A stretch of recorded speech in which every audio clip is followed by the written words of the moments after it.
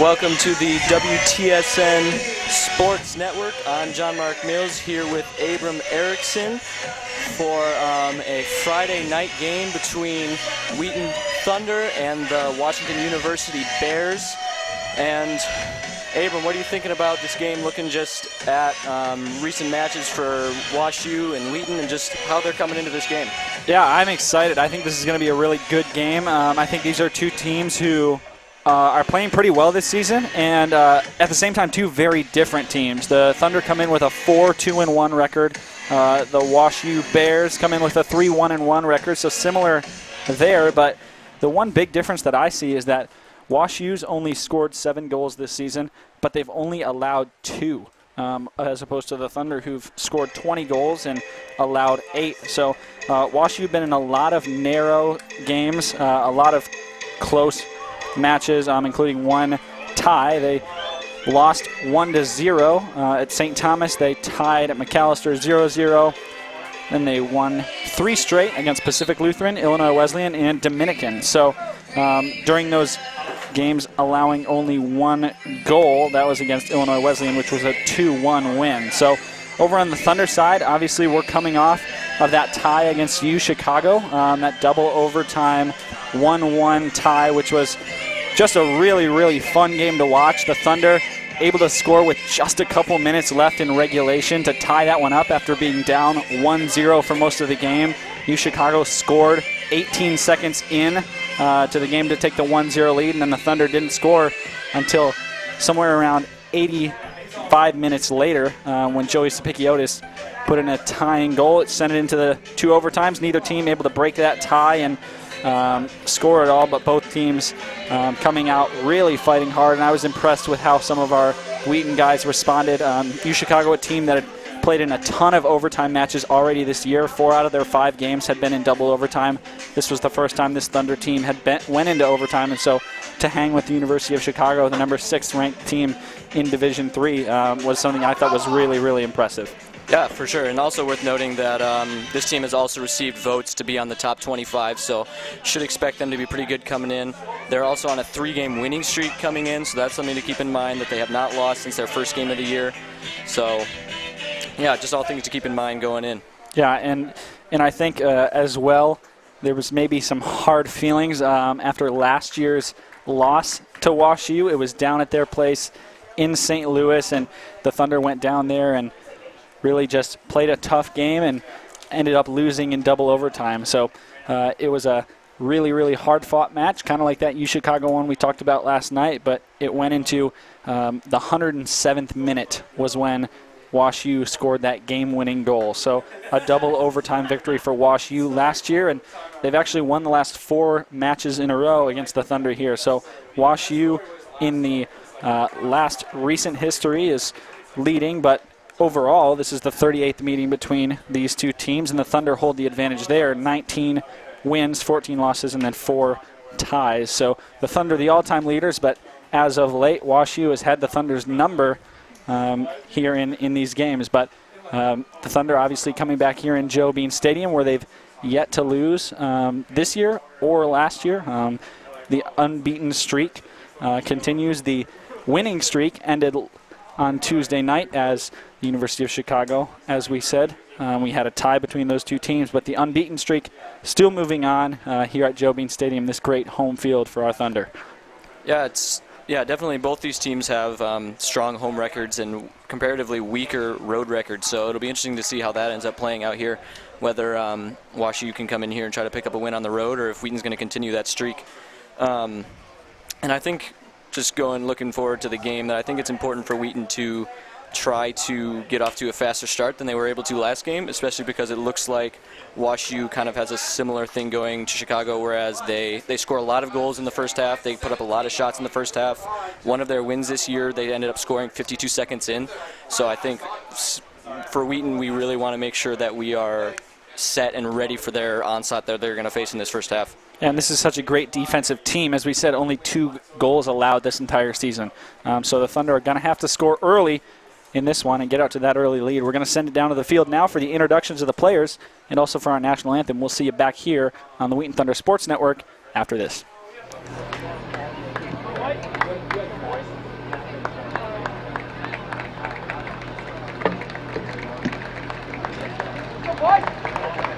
Good evening and welcome to Wheaton College and Joe Bean Stadium for tonight's men's soccer matchup between the Bears of Washington University and your Wheaton College Thunder. At this time, we'd like to introduce the starting lineups for both teams. First, for Wash U, in goal, wearing number 30, Matt Martin. Number 2, Alistair Shaw. Number 4, Sergio Rivas. Number 6 is Sean Connors. Number 10 is Makio Yamamoto. Number 11, Aiden Ryan. Number 15 is Lucas Regula. 16 is Isaac Plutzer. Number 16 is Will Sproul. Number 19 is Michael Jamel. And number 25 is Jack Newman. The head coach for Wash U is Joe Clark. And now the starting lineup for your Wheaton College Thunder. In goal for Wheaton, a junior from Kalamazoo, Michigan, number 32, Hasten Biddlecombe. A sophomore from Bensonville, Illinois, number 5, Michael Martins. Another sophomore from Hoffman Estates, Illinois, number 9, Joey Sopikiotis. A junior from Cornelius, North Carolina, number 11, AJ Moyes. A freshman from Highland Park, Illinois, number 14, Michael Groza. A freshman from Magnolia, Texas, number 15, Dylan Eder. A freshman from Wayne, Illinois, number 18, Alessandro D'Argento. A junior from Burlington, Iowa, number 23, Justin Hill. A freshman from Houston, Texas, number 24, Silas Galvao. A junior from Portage, Michigan, number 26, Ryan Melgar. And a sophomore for the Thunder from Hamilton, New Zealand, number 29, Stafford Dowling. Wheaton is coached by Jake DeClute. He's assisted by Marcelo Galvao, Brad Anthony, Ian Lovett, and Dylan Milkent. At this time, we ask that you please rise. Gentlemen, please remove your caps for the playing of our national anthem.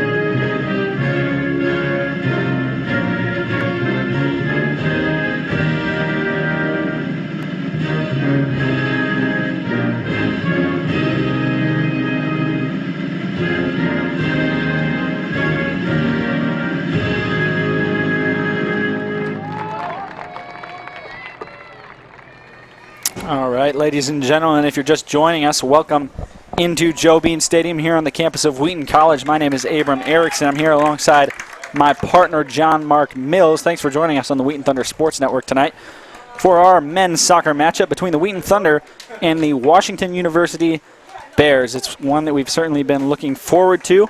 It's one that has implications as we head to conference schedules for both of these teams, and it's also one that has some history behind it. So all in the making for a great game. As I mentioned, both teams are going to be heading into their conference schedules soon. The Thunder are going to head on a 2-game road trip following tonight's game. They're going to be away at Lake Forest on the 24th, and then first conference game of the year opens up at Elmhurst on September 28th. Over on the Wash U side, they will play at Webster. They'll come home to St. Louis and play in against Greenville, and then finally open their conference season versus Rochester. So each team with just a couple games left to go before opening the season, of the Thunder ready to get going in CCIW play. And so as both teams take the field here, we are excited to bring you tonight's broadcast. The sun just setting Special welcome to our guests over tonight from Team McCully Chicago, Stadium. the As you can U12 see a boys little bit of soccer the glow team. there. It's a hot one here tonight in Joe Bean Stadium. Not a whiff of breeze, as you can see the flags over on the other side of the bleachers hanging there with no wind blowing against them. So it's going to be a sticky one, but we're excited for what's going to be happening tonight.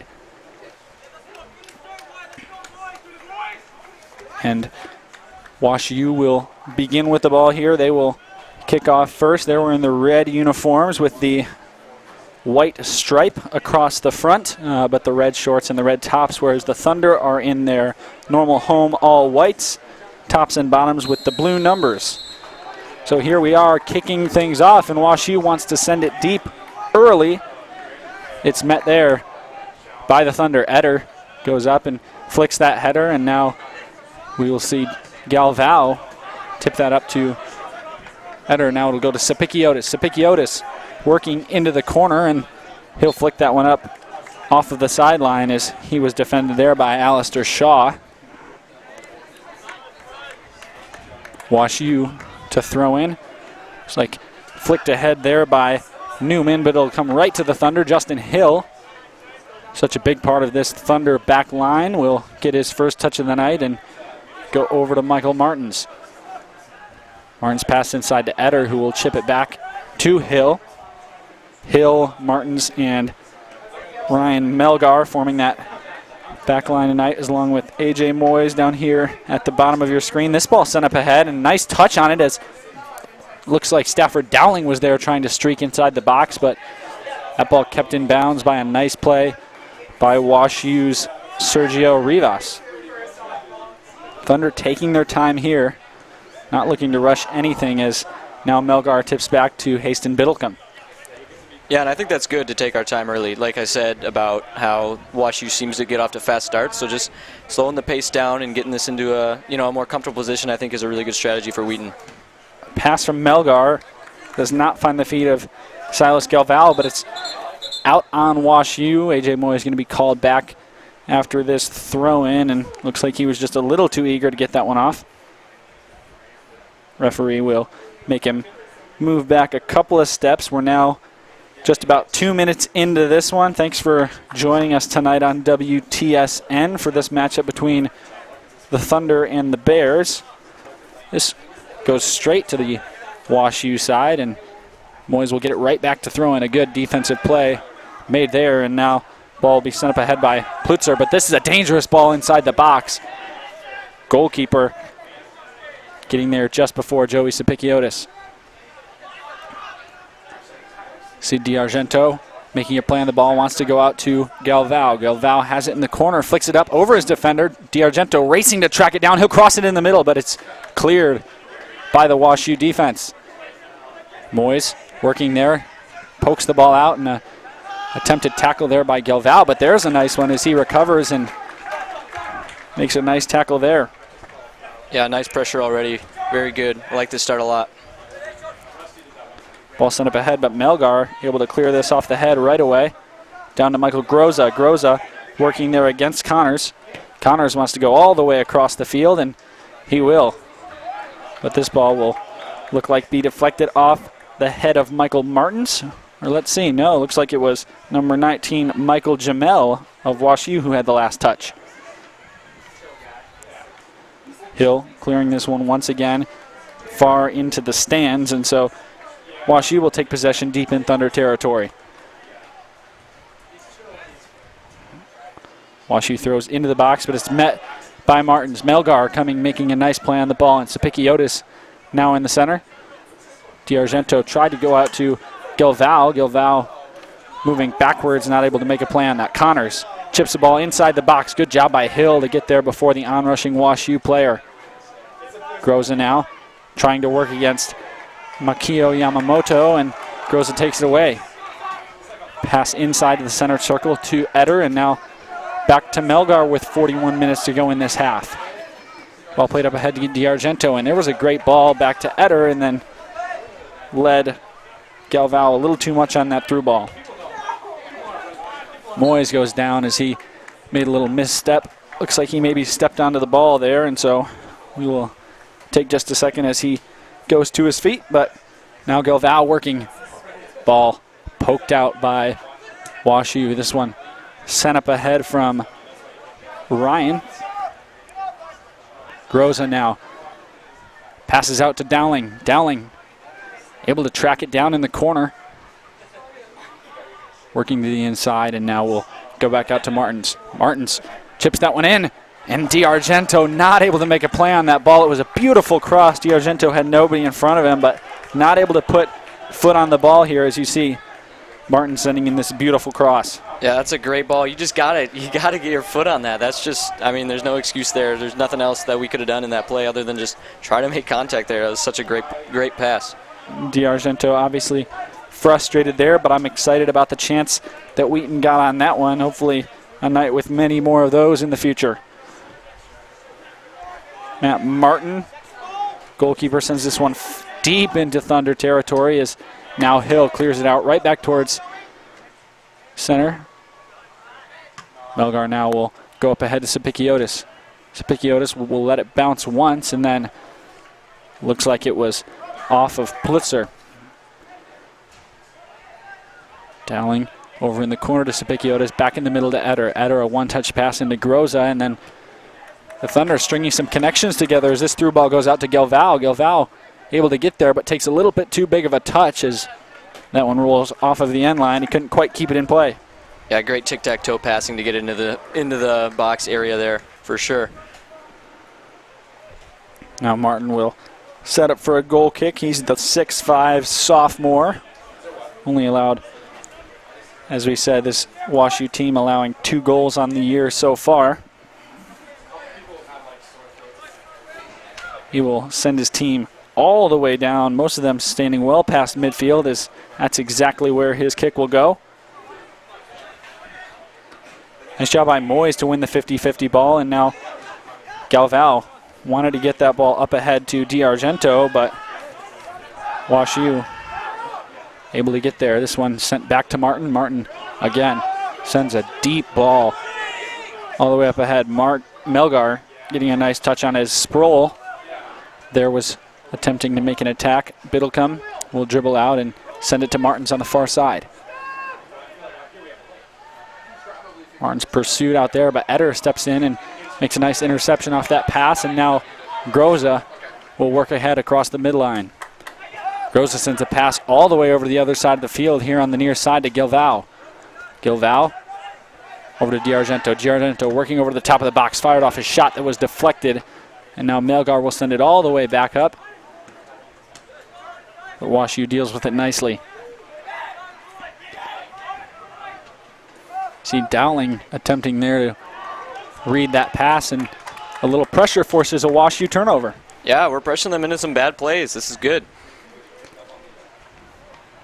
Over on the other side, Groza working through Eder and Groza, double team there, and Groza able to chip that ball ahead to Eder. Now working inside the box is Dowling. Dowling wants to cross it to Gilval. Gilval gets a foot on it, but now DiArgento out at the top of the box has it taken away, and this one will be sent all the way up by Connors over to Biddlecombe. Yeah, just couldn't find him there. Almost was able to connect that pass, and that would have been a great opportunity, but just could not quite reach him. Gilval in the middle, a nice fake there as he crosses it over and switches the field over to Dowling. Dowling has Martins running all the way up behind him, and Martins will take control, crossing it into the box, and that's way over the goal. As whether that was a cross or a shot, I'd assume a cross here, but well out of play. Yeah, this is just trying to do something similar to the play that we saw earlier, but just too far, too high. Now Martin will once again let his team head all the way beyond that midfield line, as we've already seen how much power he can put behind these goal kicks. And this one, no different, but Eder getting the first touch. Sends it up ahead to Sapikiotis. Sapikiotis working against Plitzer. Plitzer gets a foot on it, but Groza almost got there. Instead, it ricochets all the way out to Jamel. Jamel on the far side. Passes up ahead, but that pass taken away by Eder. And now Groza works in front of the home stands. Groza goes back to Martins. Now Martins in the middle to Eder. Eder able to cut that ball off before number 11, Aiden Ryan, could get there. And so the Thunder will be patient here, keeping the ball in their back line with 10 minutes now gone in this first half, 35 minutes to go. Melgar back to Eder. And now this ball looked like it was intended for Dowling, but Martins is going to be the one that gets there. Martins sends this one into the box to Pikiotis, making a run on that ball, but it's cleared away by Shaw. It'll stay in play as WashU able to flick it up and over the Thunder player. Streaking up the sideline now. Ball wanted to get passed ahead to Jamel, but just a little too far as the through ball was a little strong. Now back to the Thunder for a throw-in. Groza will go back to Melgar, and Melgar sends this ball over to Dowling on the far side. Dowling, a nice job fending off his defender with his body as he gets a good touch on it. Now Jamel passing up ahead. Almost a great turn by Sproul, but taken away by Melgar. Now working inside is Newman. Newman goes out on that other side to Jamel. Flicked up ahead. That ball deflected, so ball will stay with the Bears. Ball thrown into the box where Plutzer's waiting for this one. It goes off at the end line, and it'll be, looks like a corner kick here, our first one of the night for WashU. Bears corner kick. Yep, first corner of the night, and the Bears typically get many more corner kick chances than their opponents, so we'll see if that ends up being a theme for this game too. Looks like Newman will be the one standing over it. We see a group of Bears players congregated around that far post. Instead opts to go near as this one punched out by Biddlecombe, but ball still loose. Good clearance there by Gilval, although the ball will stay with WashU. A nice job to escape that chance from WashU by the Thunder. Ball back to Plitzer and then sent over to Shaw. Shaw works to the inside, cut off by Gilval, but now ball sent back to that Thunder line is now Eder in the middle, takes control. Eder over to Martins. Martins wanted to send a ball deep, but instead deflected right into that WashU player. Working up ahead. Through ball cut off by Justin Hill. Looked like it was Ryan that wanted to make a run. Nice job by Justin Hill to stop it there. 33 minutes now to go in the half. Sapikiotis, a touch. That one deflects off him there as now it'll be Regula to throw in. Regula wants to go deep. Deflects off two Bears players, Sproul and off of Ryan. Ball's back to Biddlecombe now as he patiently waits. I like the pace of play the Thunder have exhibited so far in this one. They're patient, but also taking some chances, and that's promising so far. Into the middle to Dowling, and he'll go back to Justin Hill. Hill over to Melgar. You see Moyes streaking down the sideline. That's exactly where Melgar will send it. Ball gets through. Moyes taking control on the outside of that box, trying to track it down, and he does before it reaches the end line and cleared out by WashU.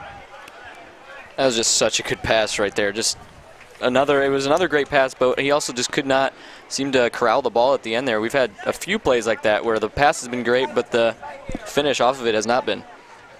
Try to get the ball inside to Sapikiotis. We'll see if Hill can come up and take control of this ball. Instead, it's Sproul that made a nice play on it. Ball will come back to the Thunder, though, as now Dowling trying to work on that far side. It's tipped out by his defender, and so Thunder keep possession here in the final third. Now they send it back to midfield to Melgar with 31 minutes and 20 seconds to go. Melgar working in space. Chips it over to Dowling. Dowling able to take control just before the end line on the corner of the box. Goes up to Sapikiotis. Sapikiotis looking for a pass inside to Gilval. Gilval getting ahead on it, but D'Argento picking up the ricochet. He'll fire off a shot, and it's a goal! What a shot. Sneaks there. right past the keeper. D'Argento firing from just outside the box. A strike, an emphatic finish into that left side of the net. Yeah, this looks to be DiArgento's second goal of the year. Off of this cross into the box. It's won by WashU, but it goes right to DiArgento, who cuts across the middle and just lets it go. Goalie doesn't even have much of an opportunity there. He just doesn't move very much. It's just right in. I think it was a situation where maybe one of his own players was in the line of sight of the goalie, and by the time that he saw where that ball was going, he had no chance to react. The Thunder taking the 1-0 lead with 31 minutes to go in this first half. WashU a turnover, and the Thunder want to push.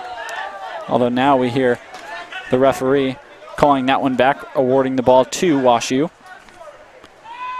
Played into the middle. Yamamoto goes out to Jamel on the far corner. Jamel taking control, wants to send this one up into the box, but it's well over the goal and out of play for a Thunder goal kick. Yeah, this is already a much better start, obviously, in the last game. I mean, you can't get much worse than the last start, but this is just great. Especially, like I've mentioned, considering just how good this team is supposed to be in the first half. This is a fantastic start for Wheaton.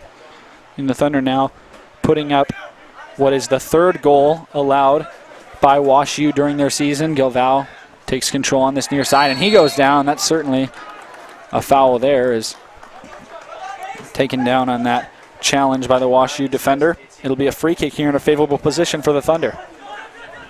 Although they'll just opt to go quickly with it. It'll come into the middle to DiArgento, flicked back to Eder.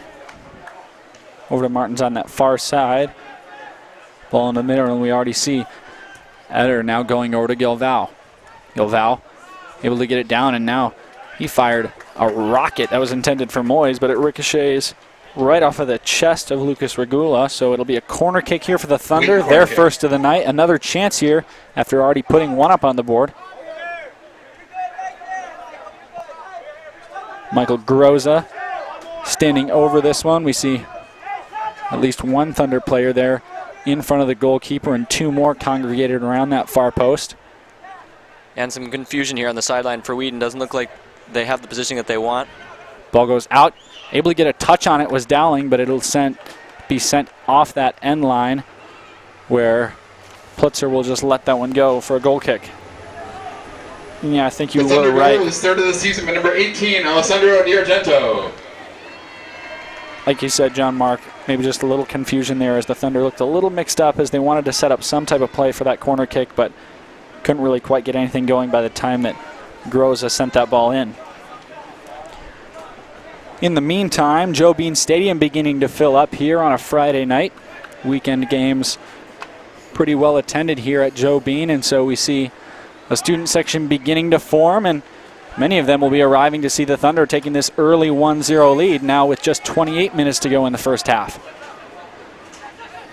Gilval taking control after a nice touch, flicked over to Dowling. Dowling's going to be able to make a play on this one. He controls it. Dowling works past his defender, gets inside the box, fires off a shot, but it ricochets and now cleared out by WashU. We've seen already plenty of times this season Stafford Dowling use his skill to beat his defenders, and that was just another example, though it didn't turn into anything there for the Thunder. Melgar in the middle. Gives it out to Moyes, who has space along the sideline. Instead, opts to go back to Melgar in the middle. Melgar's pass deflected, and now Melgar just sends this one up high in the air where Gilval will attempt to win that 50-50 ball. He does not, and so WashU will now be on a counterattack. Yamamoto with the ball. Comes out to Ryan on this near side. Ryan making a play towards the box. Gets inside and now looks to go towards the end line. Great move past his defender, and then that shot just left of that near post. Really close chance here. Yeah, like you said, that was a good move. A little bit of flashbacks from the Chicago game when we had that other guy on the side doing similar things. But, yeah, the angle's just bad. There's not a whole lot I think he could have done on that to, I don't know. It was a hard angle for him to bury that.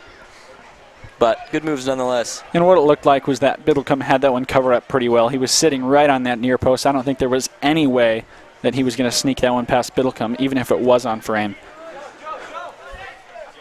Melgar now sends this one up to Sapikiotis, but it's just a little too far. Sapikiotis almost able to pressure WashU into a turnover there, but instead Newman will now come into the middle. Newman goes across the other side up to Connors, and now It'll be out on the far side of the field in front of the stands.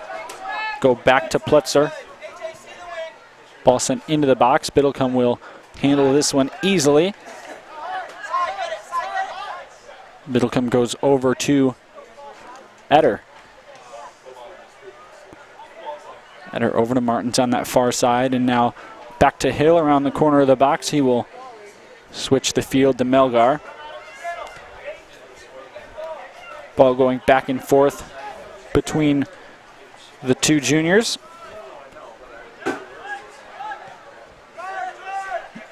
Over to Melgar here. Melgar now has some space in front of him, and he'll use it, working up towards passing the ball to Gilval. Gilval, a big touch, but able to keep possession as he now gets it over into the box. Fires off a shot, deflects off Plutzer. Etter comes soaring in to keep the ball in the attacking third. Now Moyes chips this one over, up into the air, off Sapikiotis. Gilval goes down inside the box, but Dowling still has the ball. It's taken out there by Shaw, and Shaw will pass into the middle. Yeah, and obviously nothing warranting a call there. I couldn't really tell what happened. Now a dangerous run. Newman almost getting that one inside the box, but a nice job there by Melgar to cut him off, and then Moyes to cut off that cross. Etter with the ball now tapped out to Moyes. Moyes goes into Sapikiotis, but too big of a touch as now it's back to the Bears. Newman has Ryan on his left, has a couple teammates in the middle. He'll have to chip to the far post, and that one just dealt with by Michael Martins, heading this one off the end line. The Bears' second corner kick of the night. Yeah, we'll see if they can generate anything off of this. They haven't had many opportunities besides these corner kicks, so this is definitely an opportunity for them. Just lining up here, trotting over to the corner, getting ready to send this in. We'll see if they opt to try to get into the box or make a pass play to the middle. It was Newman standing over it last time. Look, like it'll be him here again, this time near post. Cleared out by Gilval. But ball comes right back to Connors. Connors chips this one up, and now it's Moyes that'll deal with that one. Looked like Connors wanted to get it up ahead to Jamel. Jamel would have had an open run there if Moyes had not cut it off. Connors, some nice skill to get past his defender. Now it's Ryan. Ryan with Moyes in front of him. Gilval comes over to supply the double team, and they take the ball away. A whistle there. A little bit of a scary moment, as there was at least a thought there for a second that could have been on the Thunder, but it is on Wash U, and so instead of a penalty shot here, we will have a goal kick coming from Biddlecombe with 23 minutes to go in the first half.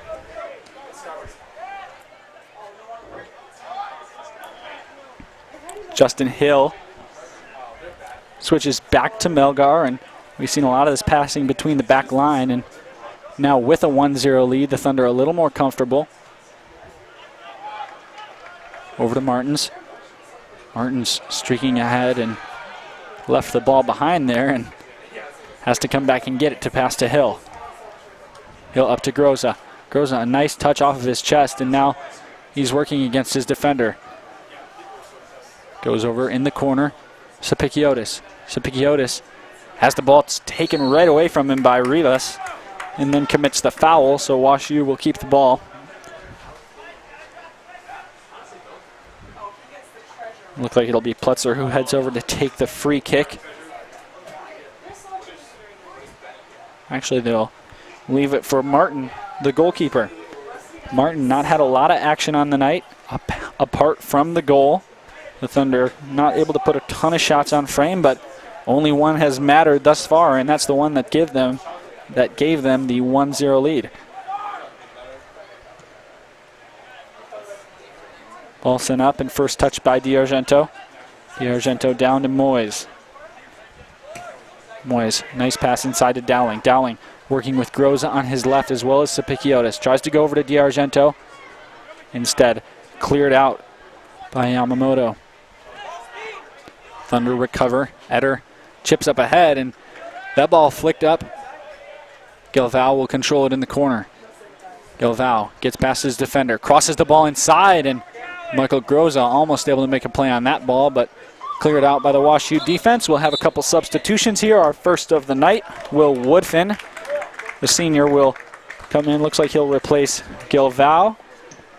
Entering the game for Wheaton, number 22, Will Woodfin. Looks like maybe 3 substitutes coming in for Into the game for WashU. WashU, number 13, Julian Gansman.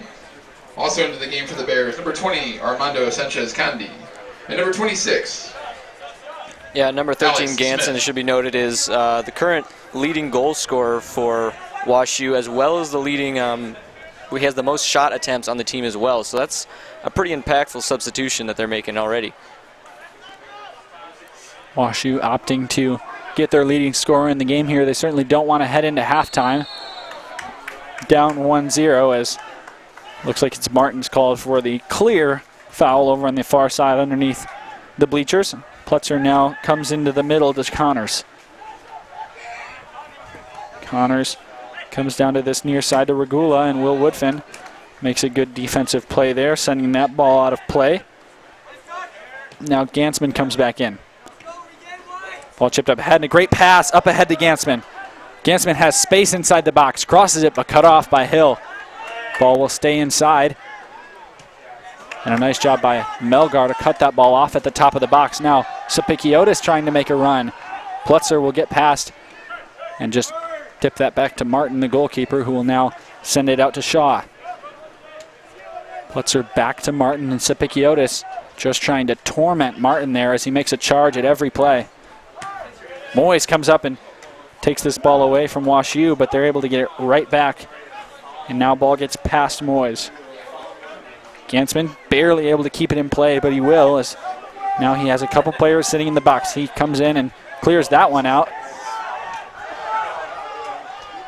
This ball flicked up, and WashU will keep it in play, although they're not able to, as the referee will stop the clock here and maybe come over to talk to the WashU side. Looks like he will, and he will automatically give the caution to a player there on the WashU sideline. He's got, looks like a warm-up t-shirt on. Can't tell what number that player was, but the WashU bench has been cautioned. Yeah, they were yelling for a handball in the box, I think. I didn't really hear anything else other than that would have warranted that caution, but I guess just refs aren't going to take any amount of complaining from the bench tonight. Great spin move by D'Argento, and now works himself into space. Over to Groza. Groza at the top of the box. Moves to his right. Fires off a shot. Just barely taken away by the defense of WashU. And wow, let's take a look at this play. D'Argento open in space. Flicks it over to Groza. Groza's cross there almost gets past Martin. Martin looks like he gets a hand on it, and then Dowling tries to put it in but isn't able to. Yeah, just barely was able to deflect that enough so that it didn't go in. That would have been a beautiful goal with the spin move into the pass into the goal. But just got enough on it to keep it out. Big save there as it keeps the Bears from going down 2-0. Now Woodfin, sliding cross, sets up a shot that's saved by Martin and then sent off the end line by Plutzer. But wow, was that a great save by Martin. Yeah, another huge save to keep this from going down 2-0, which I think would spell disaster for WashU. But let's take a look here. Just like pushed off the ball by Woodfin and catches up to it, slides, gets it into the box perfectly for the tease it up to him. The goaltender just able to make the diving stop. Yeah, and you said it right, John Mark. That ball on a tee as it came in skipping hard off of one bounce, but Martin got one hand on it and stalled enough time for Plutzer to get this one off. Now Dowling on the corner kick tries to get a foot on that ball, sending it off the end line. And so with 17.5 minutes to go in the first half, we will have a goal kick here from Matt Martin, who just in these last couple seconds has had his fair share of work. And this here was the shot that we saw during the replay. We didn't quite get a look at it as the replay was finishing, but another close chance and another good save by Martin. So in just a span of a couple minutes, 3 key saves from Martin and 3 great chances for Wheaton. Martin able to fend each one off one by one. Now ball flicked up once again to Gansman. Gansman gets inside the box, fires off a shot.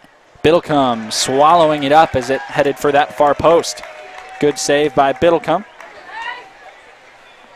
And you can see here that Gansman had space as he worked past Moyes into the middle, but that one bouncer, not enough power on it to give Biddlecombe any trouble. Yeah, Gansman's showing off why he leads the team in shots right there. He's already made an impact 3 times on this close side, making plays.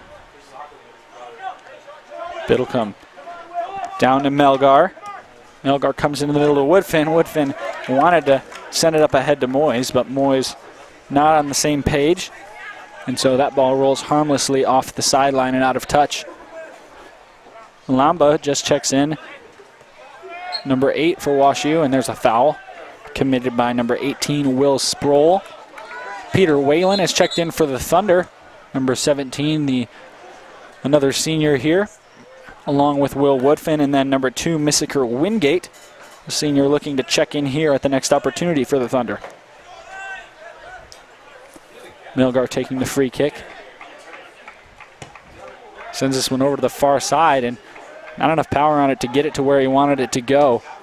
Instead, this one goes past Yamamoto, not able to keep it in play. 2 substitutions here. It's Wingate for the Thunder. For WashU, it's number 32, Nolan Wolf. Into the game for Wheaton, number 2, Missiker Wingate. Into the game for the Bears, number 32, Nolan Wolf. For the Bears, Sproul will step out. Sproul, the player who scored that game-winning goal in last year's match between the Thunder and the Bears in double overtime. Sproul's goal coming in the 107th minute to break the tie and give WashU the win.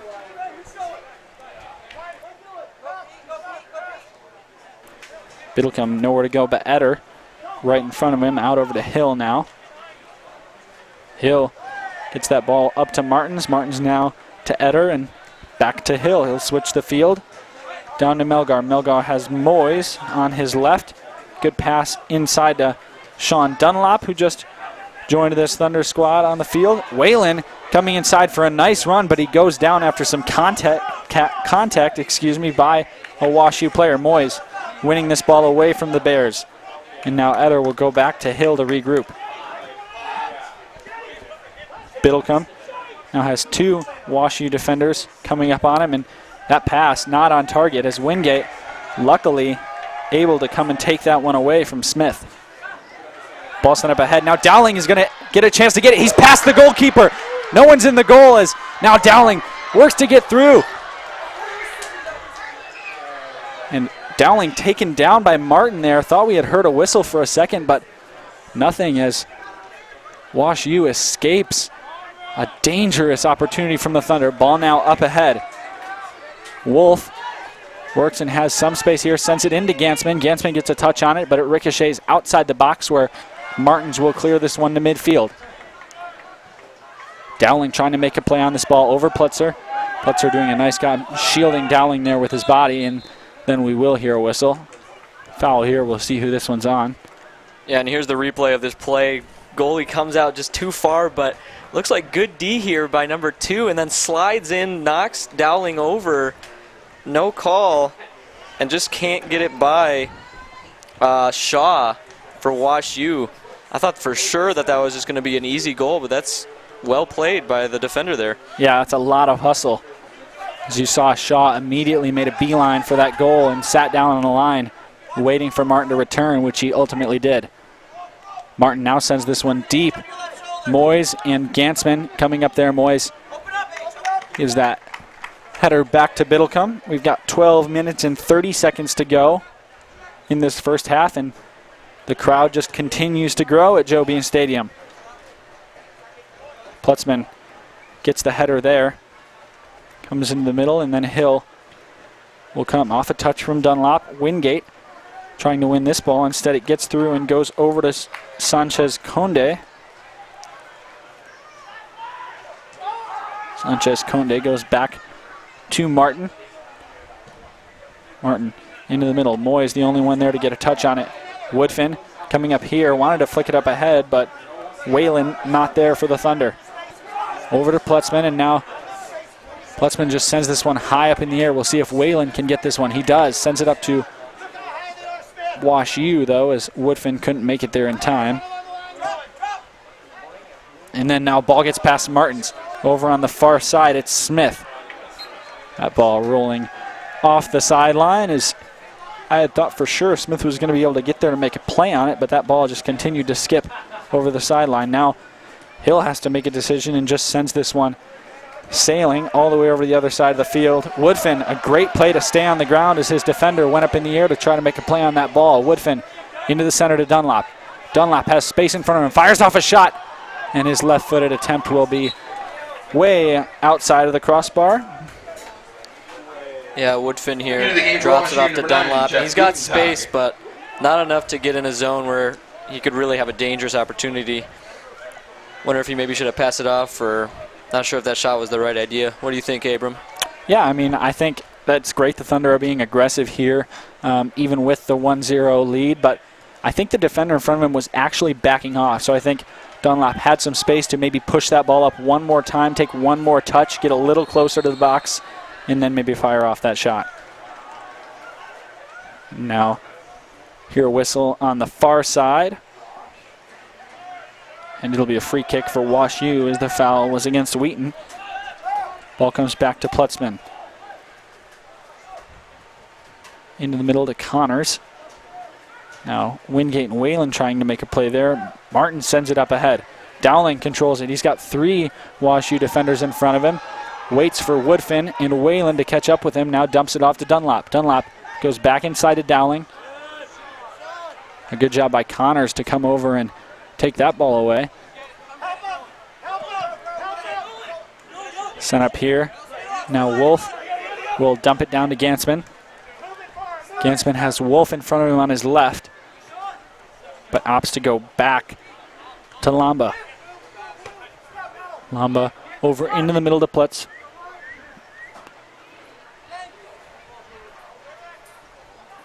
Great job there to streak across and now send this ball inside of the box. Dangerous header in this one, flying over the crossbar as the Thunder escape there. Yeah, this is Wash U's best attempt of the game. This is their most dangerous opportunity. If he just could have, cross comes in, and that's a wide open header. That's just wide open, and he just sends it over top of the net. Yeah, and Biddlecombe there was a little bit off of his line.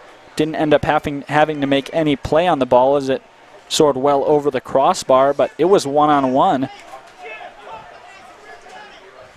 Now Wingate over the sideline. In the middle of Whalen, and Wingate was fouled as he went down. We're down below 10 minutes to go, just about 8 minutes and 45 seconds in this first half, in which Wheaton leads 1-0 over Wash U. Ball goes out to Hill. Hill comes into the middle to Whalen. Whalen trying to cut that ball off, but 2 Bears defenders take it away from him. Eder dispossessed. Now ball flicked up ahead. Gansman getting control of the ball in that familiar corner. Working against Moyes once again. Gets inside, fires off a shot, but it's deflected off the foot of Moyes, and now Dunlop will clear it. Won't make it all the way to midfield. But now ball will be sent back to Plutzer and then Shaw. Ball comes over the head of Martins. And a nice move made there is now the shot fielded off of one bounce by Biddlecombe. He will race out to the top of the box and then roll this one into Whalen. Whalen has the ball taken away from him. A good defensive play there by Connors, and Connors goes back over that far side. Wingate comes in almost making a steal after his offensive player for Wash U had no clue that Wingate was standing behind him. Yeah, Wheaton unable to get the ball past midfield right now. You want to go out of this half still up 1-0, but Wash U putting the pressure on, trying to even it up before we move to our second half. Ball will be thrown in now deep in Thunder territory. Smith comes in and ball is tapped back to him off the throw-in. He sends a cross inside. Wolf was there waiting, but Melgar got the first touch. Now Wingate off the chest clears this one up, and now they're past midfield is just briefly. Now Lamba comes down to Gansman. Gansman works in towards the middle of the field with a touch. Sends it over to the far side. Looks like he's going for Smith. Ball kicks high up into the air, and now Melgar whiffing on the ball. Now it's inside the box. Biddlecombe, a nice save. After a mistake there by Melgar, the Thunder stay clean. Yeah, it looks like 2 mistakes here. This wasn't cleared out. It was just Wash U maintains possession, and then a whiff there leads to the ball going to Wash U, but nice positioning by Biddlecombe and a nice stop. Yeah, Biddlecombe there just stays on his line, goes down, and makes the save. Ball over to Martin, who's had a little bit of a break here in these last couple minutes after a barrage of 3 or 4 good chances by the Thunder. Ball comes down to Gansman. Gansman works up ahead, and Melgar cutting off what was a nice run of Gutentag. Whelan over to Wingate. Wingate now working down that sideline, trying to get past Rivas.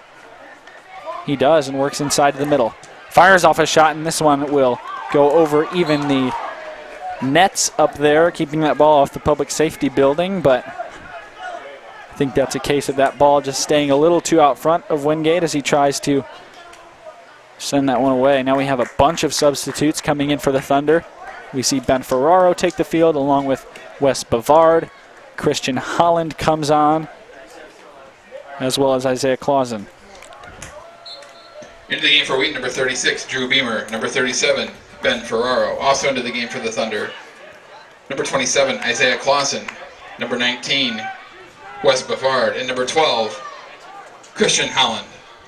Drew Beamer, the 5th substitute there that I had missed, and now we're down to 5 minutes left in the half. Ball to be thrown in from deep in the corner. Comes inside, ball goes right to Dunlop, flicked out, but Lamba is still there. Lamba goes out to Gansman. Ferraro marking him. Physical play to take the ball away and now go up to Holland. Holland has Clausen in front of him. He will wait and send it in the middle to Whelan. Whelan chips up ahead to Wingate. Plutzer may get there first, but he backs off until Wingate now soars past him. Wingate inside the box, and he can't quite track that ball down as it came hard off of his foot going off the end line. Yeah, Wingate just using his speed there to get past the defender, but just couldn't quite corral the ball to make a play on it. Wash U taking a little bit of time as the clock ticks down to 4 minutes. Matt Martin in no hurry to send this goal kick away. And once again, we see his team heading past midfield. Woodfin gets the touch on this one and sends a header all the way back to the box. Lamba comes down and just gets that one back safely to Martin as Clausen was pursuing. Plutzer over onto the far side. Pass up ahead and tipped away. That pass was for Wolf, but Drew Beamer makes a nice play. Here's Beamer again, but now the ball almost past him before Ferraro can get a touch on it. Holland works back inside. Now in the center circle is Whelan. Over to Wingate. Wingate now works the ball tipped off the end line. It'll be a corner kick for the Thunder with 3 minutes and 20 seconds to go. A chance here to make something happen before the half. Looks like it'll be Woodfin, the senior, who takes this one. And we'll have Drew Beamer, of course, the 6'2 sophomore, come out on that far post along with Peter Whelan, who's standing near the goalkeeper. Clausen is right inside that penalty area as well. Woodfin, both arms up in the air, sends this one away. And then Martin coming out and just making an easy play on that one. No Thunder player able to elevate and get ahead on that ball. Martin, his punt is deep. Ball comes down between Bavard and Dunlop. And somehow the Bears come out with this one. Rivas over into the corner to Smith. Smith lets that one roll off the end line and now throws it in. Ball comes inside. Punched away by Biddlecombe, but the ball is still in the box. Gansman now works, and Gansman gets knocked down. He will be called for a foul. That's Wingate inside the box. Let's see here as the throw-in comes in. We see a quick chance here coming off of the throw-in. That was number 9, Gutentag, and then it comes out to Gansman here. Missiker Wingate just steps in front of Gansman as he's making that play, so it'll be a great chance for Wash U to even this one up before half. 2 minutes and 5 seconds to go. Number 6, Sean Connors, the junior, looks to set up to take this penalty kick. Biddlecombe, of course, the goalkeeper. 46 saves on the year for Biddlecombe. Connors chips it over the crossbar, and the Thunder stay clean. Wow, this is just an escape for the Thunder. He just airmails it over top. I mean, that's honestly not even that close. Like, it didn't even hit a crossbar or a post. He just sent that right over, and that is huge, huge to still be up 1-0, and it should go into the second half with this lead. Yeah, and you saw on the replay, Biddlecombe started leaning towards the right side of that goal at the last second, kind of tried to come back, but realized that he didn't have to make an attempt, as Connors just let that one sail. It's a missed opportunity for the Bears. Dunlop now goes back to Beamer, and after a scare like that, the Thunder may be content to just stay in the lead. Dunlop not able to win this one, flicked up, and then Ferraro touches this one inside the box. Gansman chasing after it, and Ferraro will try to track it down. 1 minute remaining in the first half. That one does go off Gansman as Beamer comes over and makes a nice play, trying to clear it off the sideline, deflecting off of Gansman, and now we're down below a minute. With about 50 seconds, Biddlecombe will have a chance to send this one away, and now I'd assume that he will take his time and let as much of this clock run out as possible. You can hear Coach DeClute yelling, "Manage the game." I think he just wants his team to do as much as they can to keep the ball out of their net in these last 30 seconds. Although WashU looks to make an attempt, as a nice tackle there, but will be called for a whistle, and now it's a free kick in a dangerous spot. Only 15 seconds to go. Referee will stop the clock, and that'll be in the favor of WashU, as this free kick's just going to come from probably 2 or 3 yards outside that corner of the box on the far side. There's 10 seconds to go. Wheaton's number 8, Sean Dunlop, has been cautioned. Looks like Dunlop cautioned, probably just for that dangerous challenge. But with 10 seconds, WashU one final chance here in this first half. Looks like the Thunder will set up a 2-man wall. It's Wingate and Woodfin that are standing near the ball there. They'll be marched back by the referee. Be standing a couple yards inside the box now. We'll see. I would assume this is going to be a direct shot here. Look like, no, it's crossed inside, and a nice job by Hill to clear that ball away, and now the clock will expire. 2, 1. Although it won't keep Gansman from attempting a last-second goal. A last-second shot, excuse me. As we head into halftime, the Thunder in the lead, up 1-0 over the Washington University Bears, and I think this is exactly what the Thunder were looking for, John Mark, although maybe a little surprising, because after only letting up 2 goals in this first part of the season, the Thunder able to score early and get plenty of good chances in this first half. Yeah, as you said, plenty of good chances. This could have been easily have been 3-0, and just like also this half ended pretty much right in time for the Thunder, because WashU was coming hard in the final 10-15 minutes, so this was a perfect escape for the Thunder to hopefully go into the second half, get their legs back and be ready to go. Yeah, we will join you back after halftime here on the Wheaton Thunder Sports Network. We want to thank you for joining us for tonight's game. We'll be back in just a couple of minutes. Stay with us.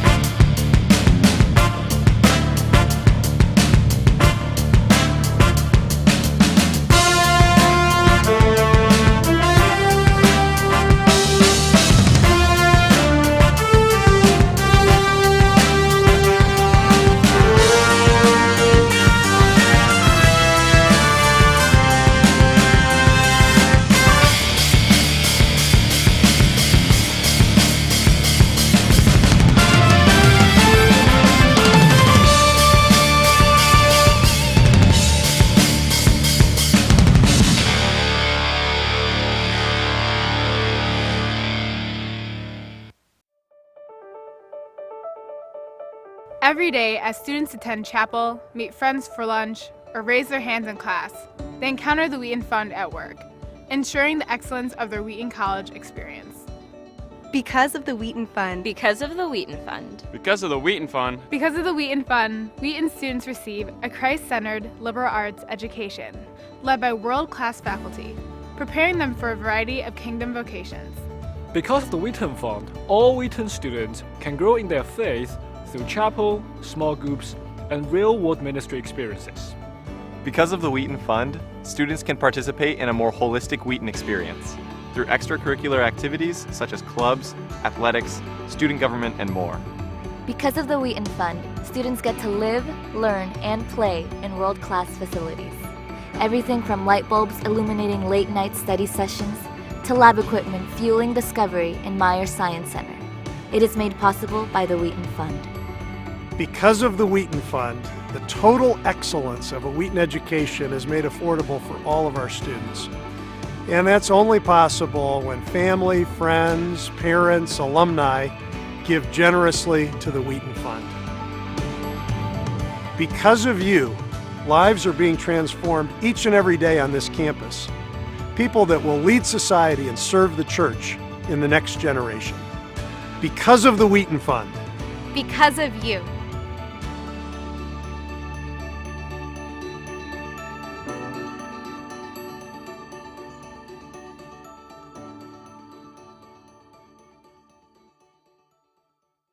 Christ at the Core is changing the way that we teach and learn on campus. It's the beginning of a 4-year journey, a pilgrimage, and study of the liberal arts in a Christian community.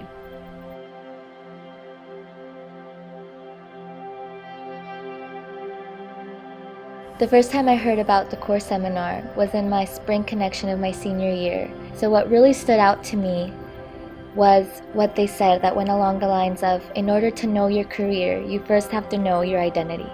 And that completely blew my mind because all the other schools talked about how I could excel in this subject and grow in this career field, but no one asked me who I was.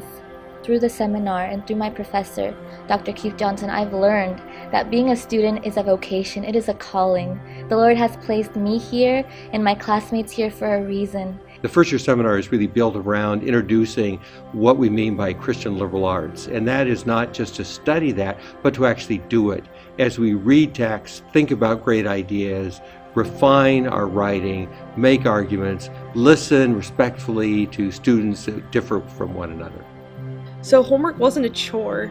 I engaged deeply with the readings because I wanted to come to class with an insight to share and ready to learn from the students around me. It was an exciting opportunity, and I felt valued as an individual with the things that I could share with the classroom as well as learn. The Christ at the Core and Advanced Integrative Curriculum is important for our students because it gives them an unparalleled opportunity for critical inquiry and to understand how their academic engagement informs their faith and also how their faith informs their academic engagement. It's really cool to be in a class that is just combining two very different disciplines, being taught by two different professors, Dr. Townsend just in the Department of Natural Sciences, and then Dr. Barwigan in Christian Formation and Ministry Department, but then seeing how they interact so beautifully in class and how they really just build on what each other are saying. Students are getting expert knowledge in two very disparate disciplines, and that they're now having to learn how to integrate this. Right. So it teaches them from a liberal arts perspective how to not only take kind of these silos of... And I thought this is perfect because we've got a literary scholar and a political philosophy person together and a man and a woman dealing with issues related to gender. And I thought this is such a great experience for the students to be able to hear us working that out, talking that together. So one of the outcomes in the first year seminar is to learn how to articulate the gospel. And so we, as a seminar, gathered and went to the basement of the Billy Graham Center and went to the pulpit there and began to practice proclaiming the gospel to each other. It was fun to do it together, to hear each other as we were learning better how to communicate the truth of Jesus Christ.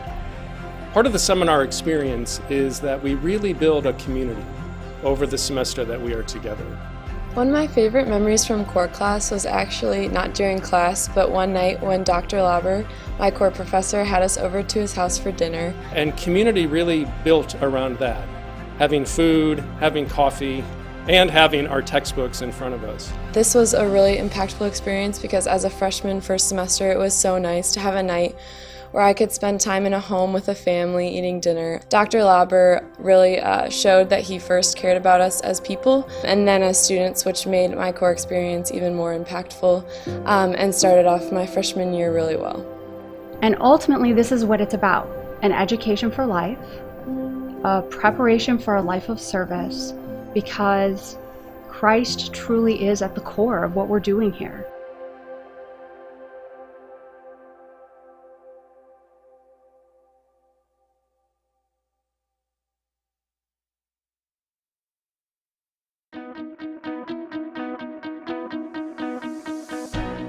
I think a lot of today tries to emphasize how much you need to be the individual and how much you need to kind of have your plan set out for you as soon as you reach the end of high school. Vanguard just kind of popped out of nowhere, and the idea of a gap year, spending it in the woods, and I felt like I just needed to take some time away from the kind of rigorous academic world just to kind of recenter myself.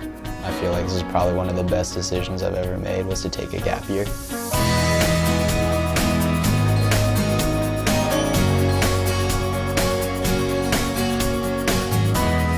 For me, going right to college was really kind of a scary thought because I didn't know what I wanted to major in, what I wanted to do. So taking a gap year was a really good chance for me to just grow and mature a little more before going to college.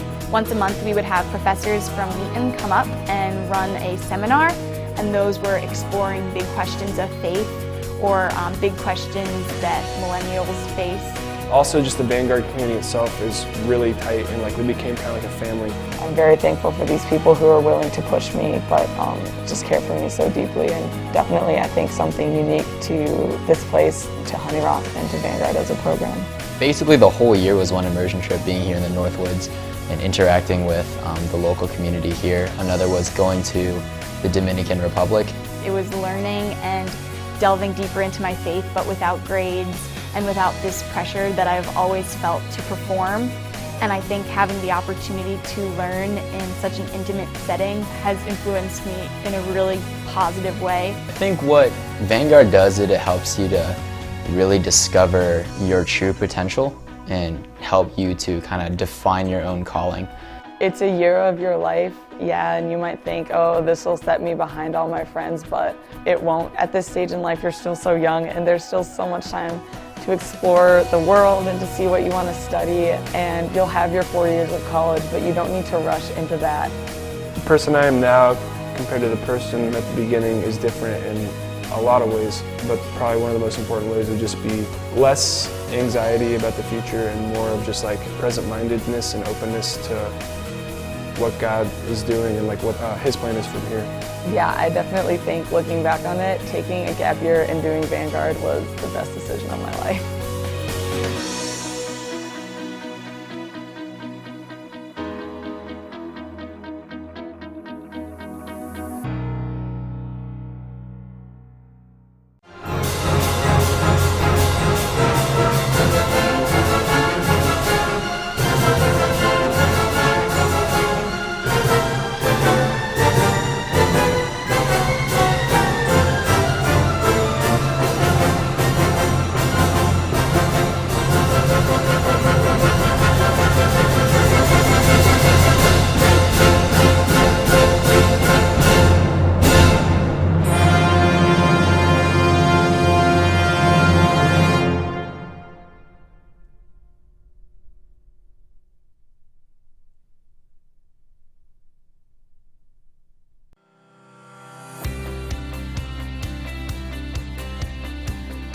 Hello, my name is Rob Ribby and I'm director here at Honey Rock, and I'm excited to talk to you about Advanced Camp.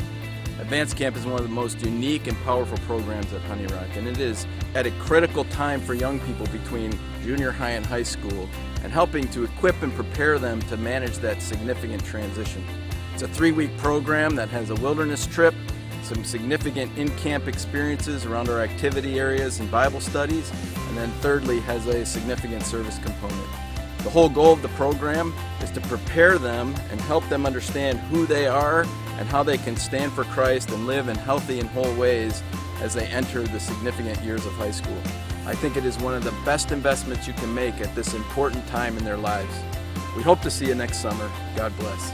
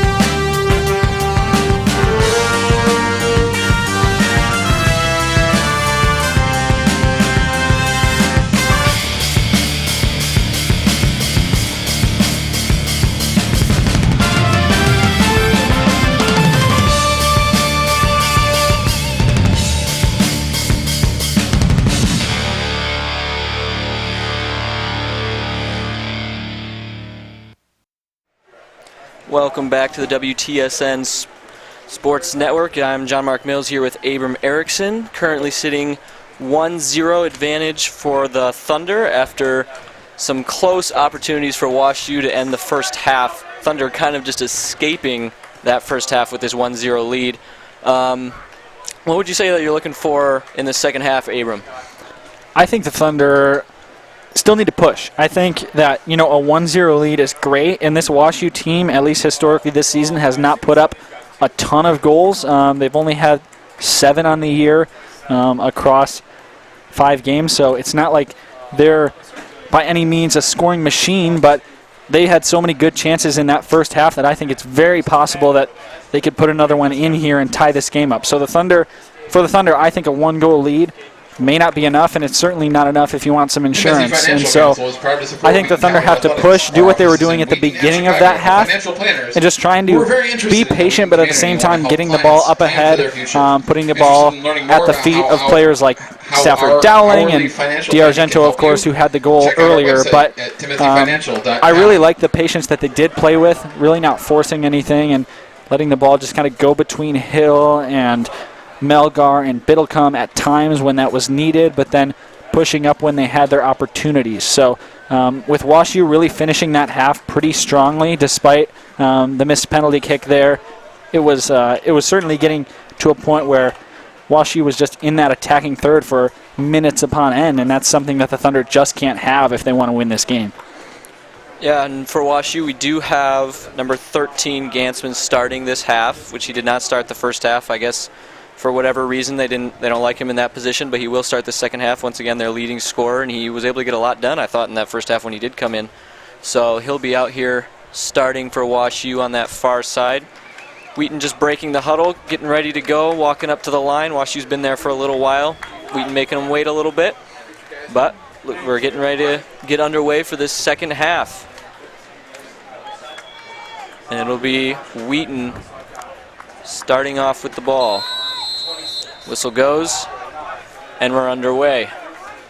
Ball cleared off a WashU player and up down the field. Groza takes it on the sideline.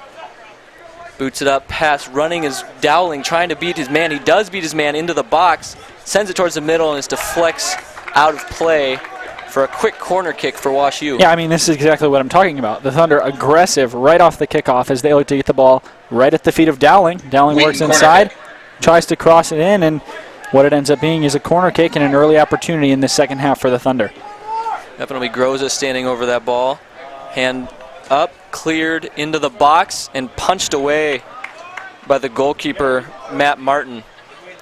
And it goes straight out, so this will be Wheaton ball again. Yeah, and WashU a little lucky that ball just stayed along the end line rolling parallel and didn't go out for a corner kick, but instead just a throw-in. Wheaton player goes down on the side there. Goes past Groza to number 9 for WashU, Lamba. Fight for the ball on the far sideline, controlled by WashU, and they reset. Cleared down the field. Oh, we got a race here for the ball, and it'll be an offside.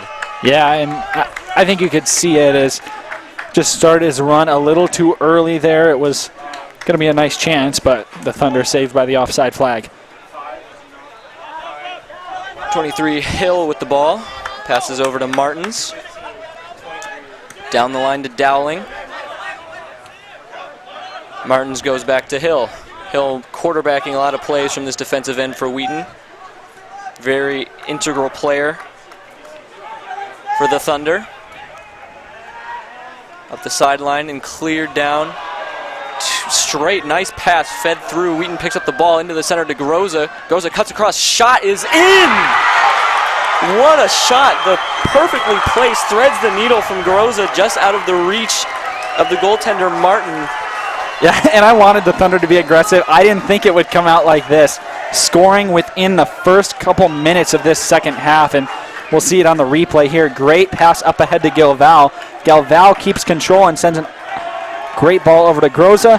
Groza has a defender in front of him, but just has time to get it off that left foot, and then with a little bit of spin on it, that ball moves from center out to that right post and just squeezes its way past Martin, giving the Thunder a 2-0 lead. Yeah, that looks similar to the first goal, actually. It kind of looked like Martin was screened a little bit and didn't make his move fast enough, and that enabled Groza to just slide it past him. Picking up with the action here, we got a throw in for Alex Smith on the sideline for WashU. Trying to get back into this game, now down 2-0. The Thunder goal is third of the season by number 14, Michael Groza. Two freshman scorers Assisted by number 24, here Silas too. Galvan. Been big parts of the success that Wheaton has had so far this year. WashU, corner kick. Yeah, and with that goal by Groza, now there's a four-way tie atop the leaderboard for the leading scorer for the Thunder between Peter Whalen, Stafford Dowling, Alessandro D'Argento, and Michael Groza, two of those four being freshmen. Newman standing over the ball for this corner kick. He's got Gutentag standing close by for a potential pass, but he does send it in short. It goes over to the side, headed down and cleared out by Wheaton. Picked up here by Plutzer. Sends a long one into the box. Another win there for Wheaton, able to get it out. And they're pressuring the ball, trying to get it from Newman. Just the ball's just bouncing around in the box here. Goes back to WashU. Newman once again with the ball. Goes to Shaw. Shaw a little too far, and it'll just roll out of play for a goal kick for Biddlecombe. Yeah, that ball just pinballing around at the top of the box, and anytime you're the Thunder, you just want to clear that as quickly as possible. One Thunder player attempted to, and then it ricocheted off Dylan Eder, and the ball stayed in the box after deflecting off his own teammate, but the Thunder finally able to clear it. Turnover here for Wheaton. Ball taken back, but no foul, no call, and it'll be Wheaton with numbers up and speed, but just can't get it around Plutzer. It'll be taken back by WashU. Newman clears it long pass to the sideline, just out of reach of the streaking forward. Wheaton will play it ahead to Dowling with the ball here. Nice move, trying to get around his defender, just can't. Little shake and bake there, gets by him, but pushed off the ball by Plutzer. Excuse me, Alex Smith, I mean. Yeah, and Gansman was lucky that Smith had his back on that one. Just a great move by Dowling. Completely fooled his defender, and he was all open moving towards the box until Smith came over and took that ball away. Yep, and Dowling again with the ball. Up to the goal scorer, Groza. Plays it to the middle to Eder. Eder pass seemingly to no one. Maybe just a miscommunication there. It'll go for a WashU throw-in. Yeah, ball moving out past Galval while Galval was moving in. Picked up by 32, Nolan Wolf. Dropped back. Looking for space. Passes it back to the middle, bottom of the circle. Newman waits, looks for an opportunity. passed in. And moved to the side for Smith. Attempted cross in goes off of Wheaton player and out of play, and this will be a throw in, not a corner kick. Cleared into the box, but picked off. Rushing down the sideline is Groza. Groza pressuring Newman. Ball is cleared in. This should go for a goal kick, but racing number 32, Wolf again, but just can't reach the ball, and it'll be another goal kick. Yeah, and you see WashU here trying to do whatever they can to keep that ball in the attacking third. They know that's the key to scoring, is just putting pressure and pressure and pressure on this Thunder defense, and right now the Thunder doing a good job of keeping them out. It'll come short pass. Gets it back and gives it right back again. Little give and go here. Pass is intercepted. That's a bad pass, miscommunication. Two Wheaton players weren't sure who was going to pick up that ball, and that's a turnover, and WashU will stay on the offensive. Newman into Sproul, onto the side. Move here, cleared into the center, goes past. Another pass try, and then a shot. Oh, it goes in. Just finds the ball in the middle there and is able to put it past Biddlecombe. Very difficult save to make there. Yeah, it looks like it's 32 Nolan Wolf, and this ball just batted around so many times in the box. Don't think Biddlecombe knew which way to go. As you see, ball comes right here, sent into the middle off Justin Hill, and then Wolf just kind of happens upon the ball, turning around, and Biddlecombe was already out to the right side, towards that far post, and then tried to work his way all the way back to the near side. Couldn't quite do it, though he was at full extension. Yeah, that's just a broken play. It just goes in, bounces off of multiple players, and it's just picked up right in the middle there. Just a lucky find for Wolf, and just is able to turn around and, to his credit, put a good shot on it. But it's an unfortunate play, and WashU is pressing here. Wheaton has to make sure that they're playing solid defense and just try to turn more to offense, I think. We got Sapikiotis with the ball here. Plays it back to Hill. Hill clears in the offensive zone. Ball is headed down by WashU, second but of the season picked by up number 32, Nolan Wolf, assisted by number 26, Alex by Smith. DiArgento. DiArgento wanted a call there, but not getting anything. WashU plays it ahead. On the far sideline. Picked off. Another bouncing ball through, and it's recovered by the Thunder. They got numbers ahead, but they'll just deem to wait. Set it up again. Eder over to Martin. Martin has space to push up. Goes to Dowling. Dowling has so much potential to take advantage of a one-on-one situation on the side here. Goes back to Eder. To Hill. Hill back to Melgar. Move to the far sideline. Switch sides of the field. Try to probe. Get some offense there. The ball is picked off. Broken play. Goes back to WashU. Got a streaking number 26. It's Smith again. Looking for a pass, but it's taken back by Wheaton. Eder. Up to Dowling. On the side. Always so dangerous. Taking his time. Looking for a potential move. Goes back to Groza. Cuts towards the middle. Nothing there. To Eder. To the far side for Galvao. Keeps it in. Cleared into the box. And it looks like miscommunication for WashU. Taken by Dowling. Trying to keep it in the zone. Drops it behind. Can't keep it. He's in a race. Pushing. We're going to have a foul here on someone. It'll be on Wheaton, unfortunately. Yeah, it's on Dowling, and it's just because at that last minute, kind of a last desperate effort to try to keep that ball. He steps in front, and you'll see here, this ball just goes right over the face of the goalkeeper, and had there been anyone on that back post, it would have been easily set up. Some fancy footwork from Dowling to keep the ball in, and then here he comes, and this is where the foul is committed. He just puts his body in front of the WashU player who goes down. Long play in here from the keeper Martin, as we've seen all night long. He's been playing it deep into the Thunder offensive zone. Two players collide there, no call. It'll be Eder with the ball. Once again up to Dowling. Heavily playing through Dowling in this second half for offense. Eder slips and is stripped of the ball by Smith. Smith goes to the middle and it's moved to the far side. Headed away. Race there is won by WashU, but cleared out and it'll be a Thunder throw-in.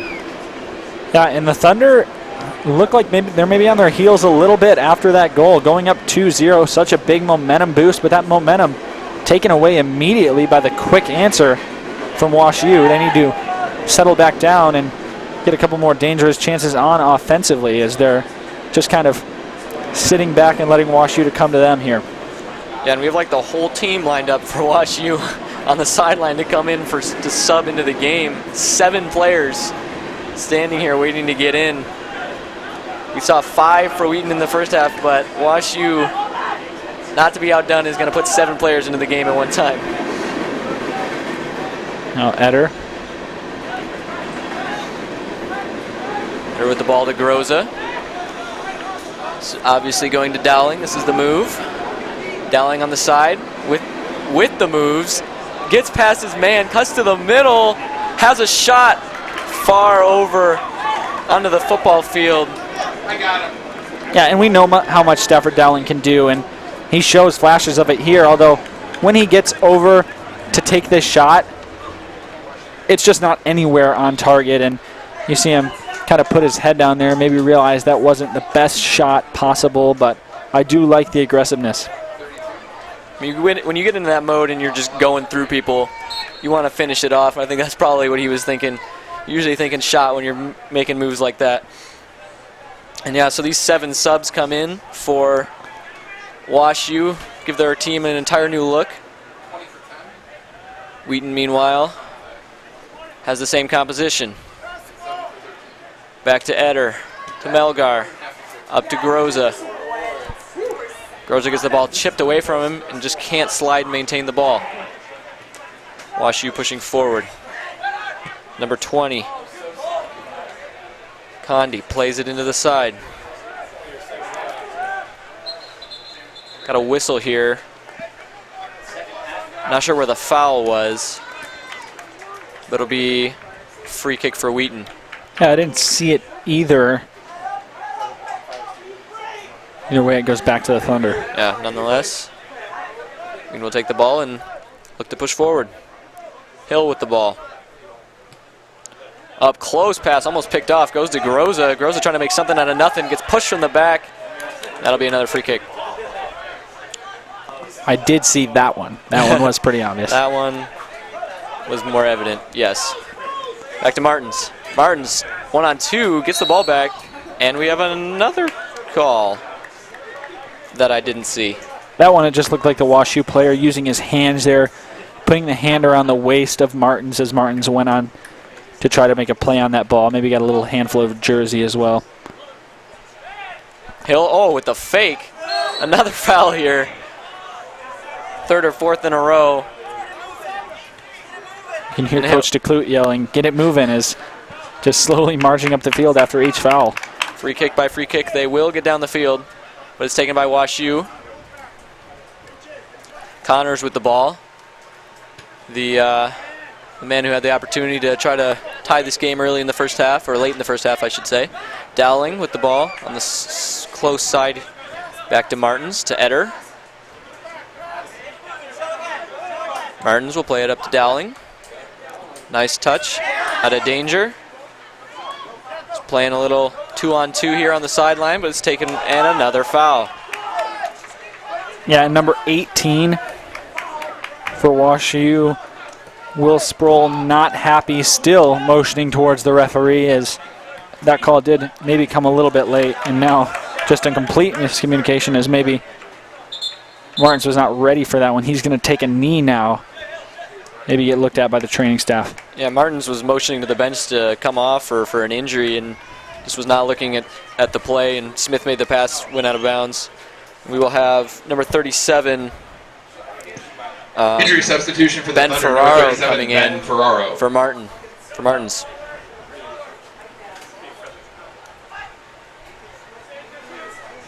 Nice move by number 11, Ryan.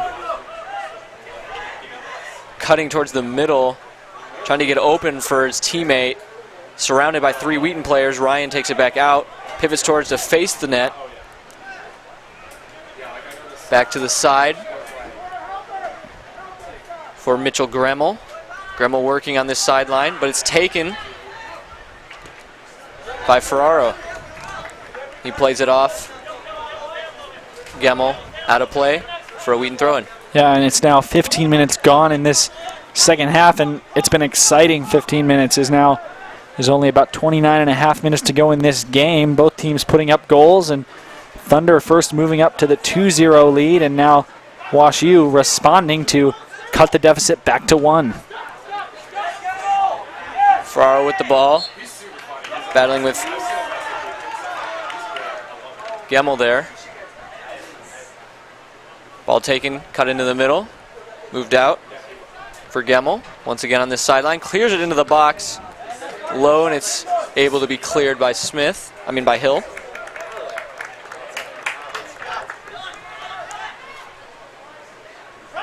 Rivez with the throw-in. Headed up in the air, anyone's ball. Groza trying to get around, but just can't before he goes out of play. And once again, go to Wash U. Plays it back for Plutzer. Plutzer can't connect with Will Spruill. Wash U in the middle of the field has the ball. Battle here between 2 players from each side. Groza takes it, turns around, gets it back into safety.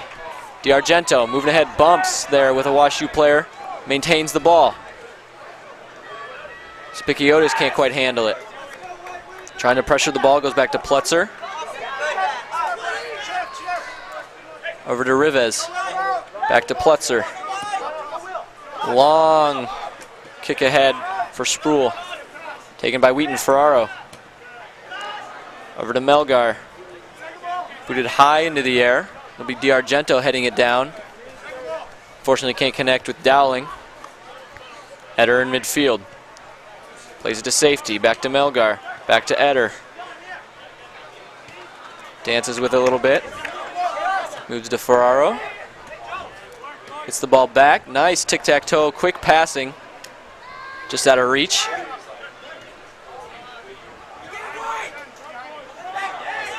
But taken back by Wheaton. Dowling plays it back to Eder. Really working off this near side and midfielders. Yeah, and the Thunder just looking to string together passes here as they failed to do it there, but something that they're just seeking to do to kind of get that offense back jump-started. Wash U will turn on the offensive here. On the far sideline. Working on his defender. Passes the ball to Connors. Connors into the box. Taken easily, handled easily by Hill. Hill up the sideline to Galvao. Tries to make a stop, but his legs get taken out from under him. And I believe this will go against... It'll go against the Thunder, or did it go out of bounds? I'm not sure what happened there. Well, we see a caution go up. We'll see who that was on. Galvao gets up gingerly, but a player over on the Wash U side cautioned. Waiting to hear exactly who that is, but we see now number 15, Lucas Regula, come in for Wash U, and then Christian Holland check in for Alessandro DiArgento. Into the game for Wheaton, number 12, Christian Holland. Into the game for the Bears, number 15, Lucas Regula.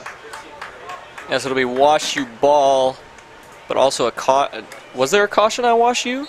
There was. So the caution did come, but looks like the ball had gone out of play off of the Thunder.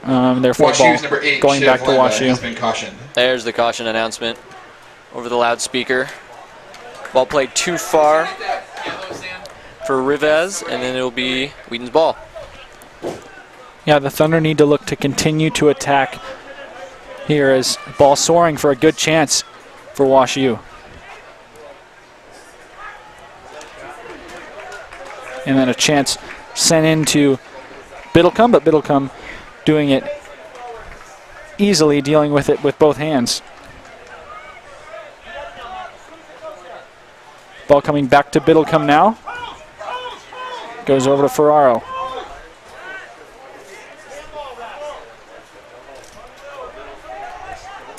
A ball coming inside over to Moyes. Moyes will go up to Sapikiotis. Sapikiotis going over to Galvao. Galvao has Holland in front of him. He streaks towards the middle. Bumped a little bit by a WashU player there, but gets all the way into the box. Fires off a shot! And wow, that was a rocket that just barely missed the net.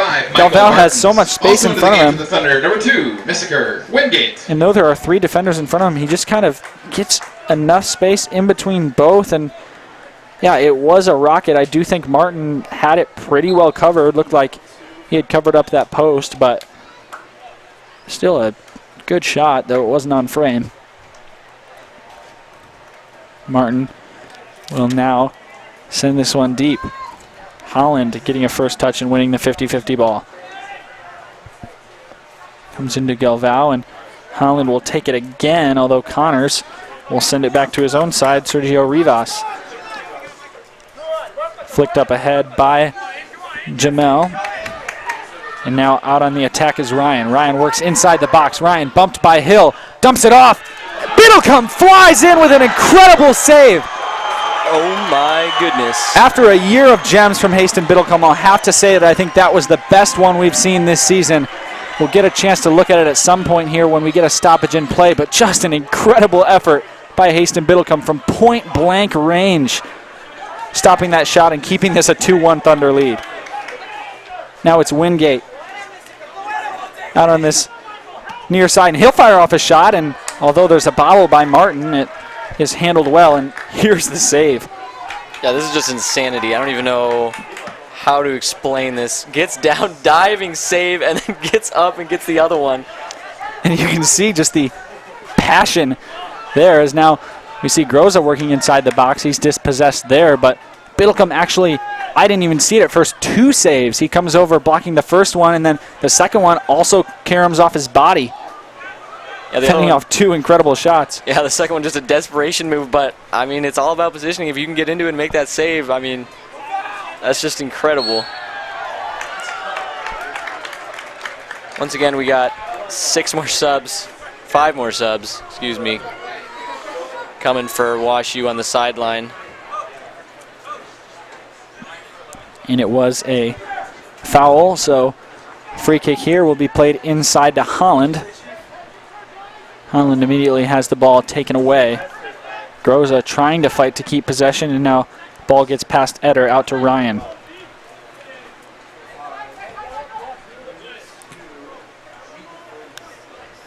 Comes back over.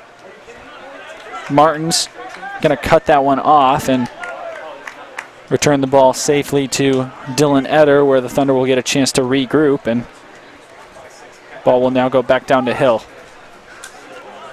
Hill in the middle of to Eder, and that pass almost picked off, but it ricochets out to Martins. A good ball up ahead to Dowling. Dowling gets past Plutzer. Dowling takes his time, moves inside, goes over, and a great defensive play made there by that back line to cut off what would have been a scoring chance. Ball stays in play as Jamel crosses it inside, and there's no one there to be on the receiving end of that cross. Just A.J. Moyes, who safely gets the ball over to Eder. Up ahead to Holland now. Holland has some space in front of him. We're down to 21 minutes and 45 seconds left in this game. The Thunder holding on to a 2-1 lead over the WashU Bears. Thunder took a 2-0 lead early in the half, but the Bears clawed back and scored 1 to cut the deficit. Now ball played up ahead, and Hill will get there before Ryan does, but Hill taken down from behind, and he'll certainly be called for the foul. There is Hill. He is a little ginger in getting there. And now we see even more substitutes walk up to the line for WashU. It is 7 now at this time. Looks like there will be 2 Thunder subs as well. Sean Dunlop and maybe one more, but we'll wait for a little while as now the clock will be stopped at 21 minutes and 17 seconds to go. Hill now being helped to his feet after he was just getting stretched out a little bit.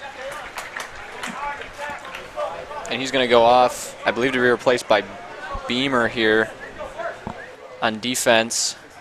So we'll have Beamer and Melgar on the back end for Wheaton.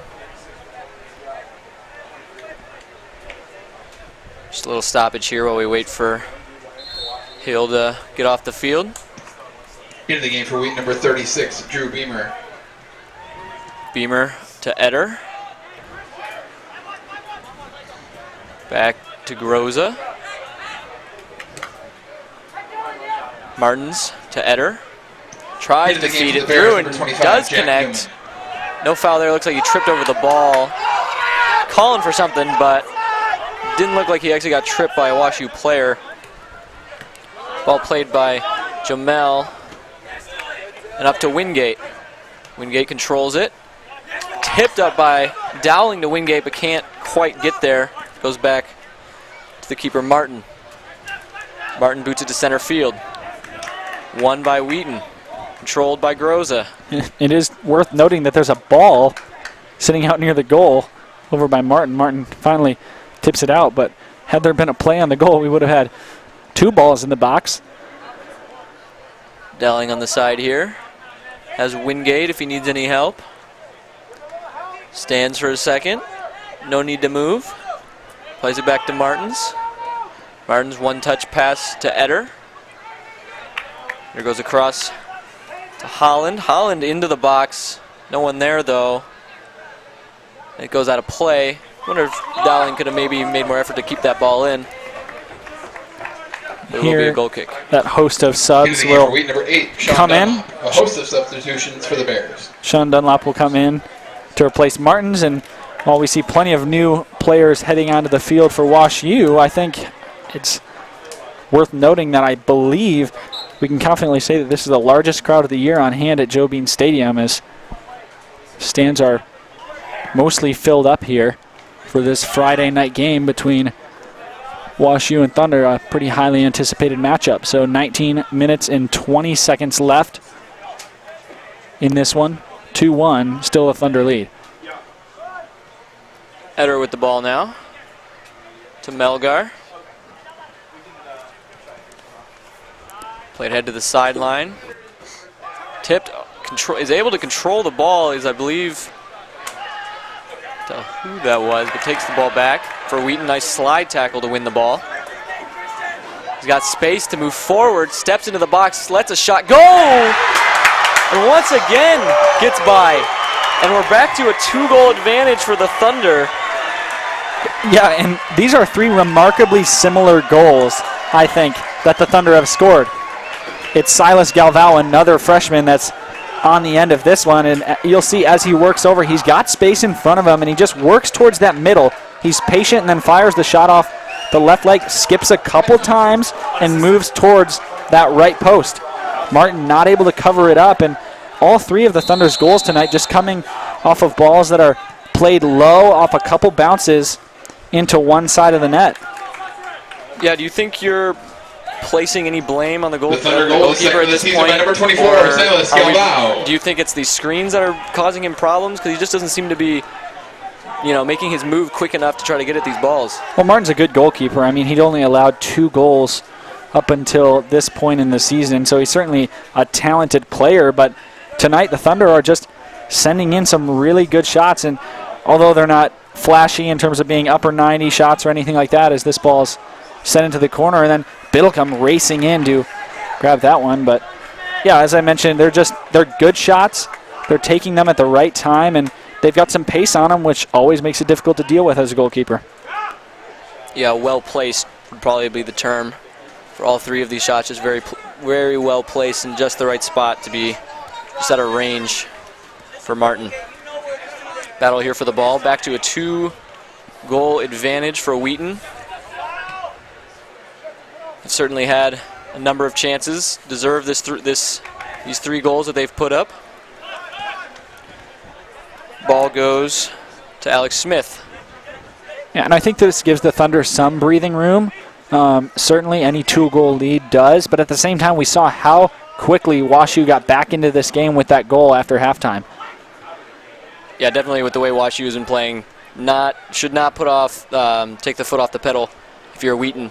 They've certainly shown the ability to make good plays and get chances, so if you're Wheaton, I think just make sure that still playing your game, still foot on the pedal, trying to put pressure on them. The ball goes back to Beamer. Head to Holland. Foul maybe on Holland as he was getting to that ball. It'll be a free kick for number 25, Jack Newman. Yeah, in a pretty good spot. Newman has a couple things he could do here. Looks like he's probably going to line a couple of his players up right around the top of the box. Kind of chip this one in. That's what he does, but the Thunder are there to meet it easily. Yep, nice clear out. Taken by Dowling. Not really anyone upfield for Wheaton, but he's able to get past his man and a nice flick backwards, a little too far for Wingate. I like the idea, though. Martins will get the ball and kick it downfield. Ball won by Wheaton, goes ahead. Out of bounds, though. Another throw in. 3 substitutes. Taking that. 3 substitutes coming Into for the Thunder. Wheaton, number 9, Joey Sopikiotis. Also into the game for the Thunder, number 17, Peter Whalen. And number 22, Will Woodfin. And I think one thing to note, just seeing after Into the that game last for the Bears, play, number 2, Alistair Shaw. the Thunder have been really good this season at winning those 50-50 balls, and we talk about that a lot, but even some of the players that aren't as big in stature, I mean, A.J. Moyes stands at 5'8", but he's one that's consistently winning 50-50 balls over taller players, and I think it just has to deal with anticipation and the soccer IQ of these guys on the Wheaton side, but it puts them in a good position after every goal kick. One of those smaller statured players, Wingate, will take the ball on the side, work on his man. Controls the ball, tries to cut towards the middle of the box, clears it across, just can't connect there, and it'll go out of play. Yeah, and that one came at Whalen, and I don't know if Whalen was fully ready for that one, as it looked like he just kind of turned at the last second. Ball ricocheted off of his chest, but it wasn't really directed on frame. Martin will line it up. Shorter kick this time. And is taken immediately back by Wheaton. Sopikiotis, the hero from the game against Chicago. Biddlecombe calms it down, grabs it in the box. Plays it to Beamer. Beamer to Etter, to Wingate. A little bit of contact there, nothing called though, as it was Wingate and Lamba who came into contact there. Whalen, back to Etter. Etter ball bouncing around, isn't able to control it, as Nolan Wolf, the goal scorer, takes it and plays it across field. One-on-one situation. Moves into the sideline, tries to clear into the box, but can't, and it's booted out by the defender for Wheaton. Not far enough. Newman gets the ball at the top of the box, plays it over to that same side again. Looking for a rematch. Tries to clear it in again, but nice defense. Stopped there by Moyes. Moyes hounding his man, but it's cleared into the middle and gobbled up by Biddlecombe. Yeah, and I am a little surprised that there wasn't a whistle there, as Biddlecombe came up. This ball crossed inside, and look who it's going to be here. Comes off the head of 26 Alex Smith, and then Nolan Wolf attempts to put that one in. Comes pretty close to Biddlecombe there. Looked as if actually Biddlecombe motioned to the ref to say as if all was good, but Wolf certainly coming into that space of Biddlecombe, but Biddlecombe making the save pretty easily. And that's Gansman once again on that side, making plays, setting up opportunities for the Bears. We're back in their defensive zone, but they regain the ball and play it up. Intercepted. Goes to Eder. Cross field to Wingate. Bad pass is taken by Lamba. Played to the middle for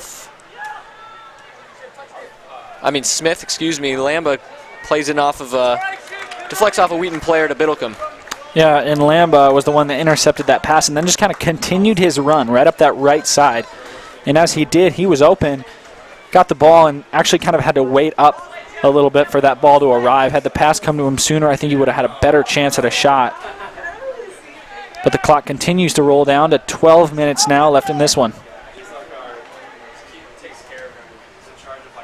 Ball played up to Will Woodfin. Deflects out of play. Looks like he was looking for his man streaking down the side, but couldn't find him. Sergio Rivas. We have Rivas will come onto the field again.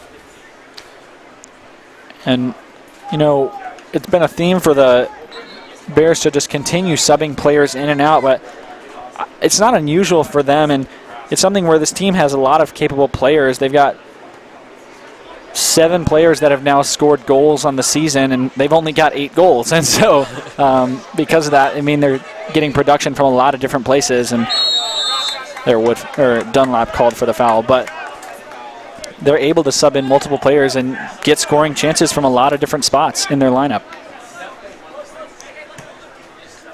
Up to Smith. Smith on the right-hand side has a man streaking towards the middle of the box. Maybe an unnecessary clearance there, but you always want to be safe in those situations. Not giving up a corner kick, just a throw in for the Bears. Yeah, and I think you're right when you say that. You just want to be safe, and it's even better when you get the throw in rather than the corner kick. So I'm not worried about that at all if I'm Melgar. I think Melgar made the right play in that situation.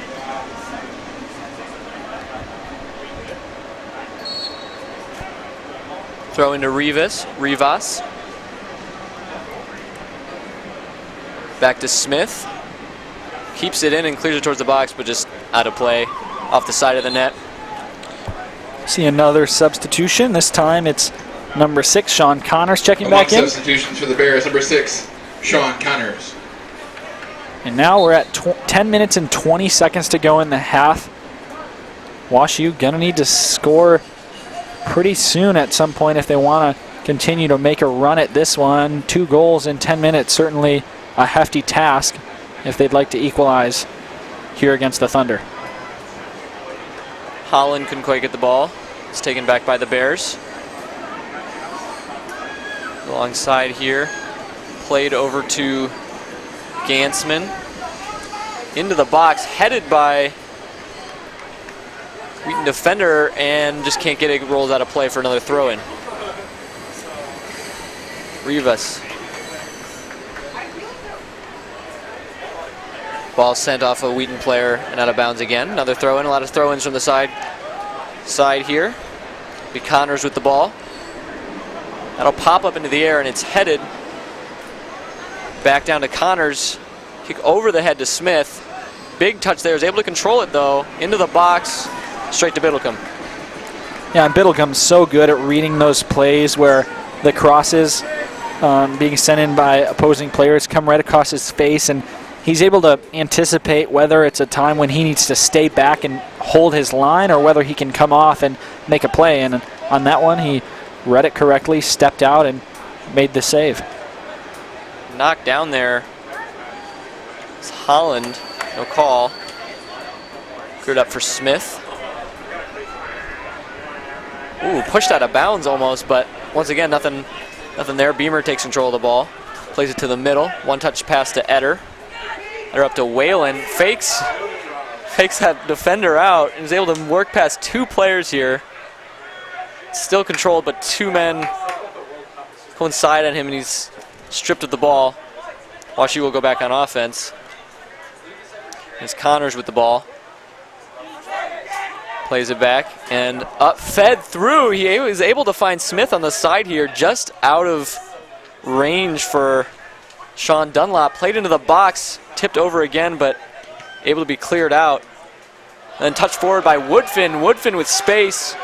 If he can get beat his defender here, slide tackle, maintains the ball, but kicks it back, and Connors takes it back. Some fast pace here. Ball going back and forth. It'll settle down for a throw-in.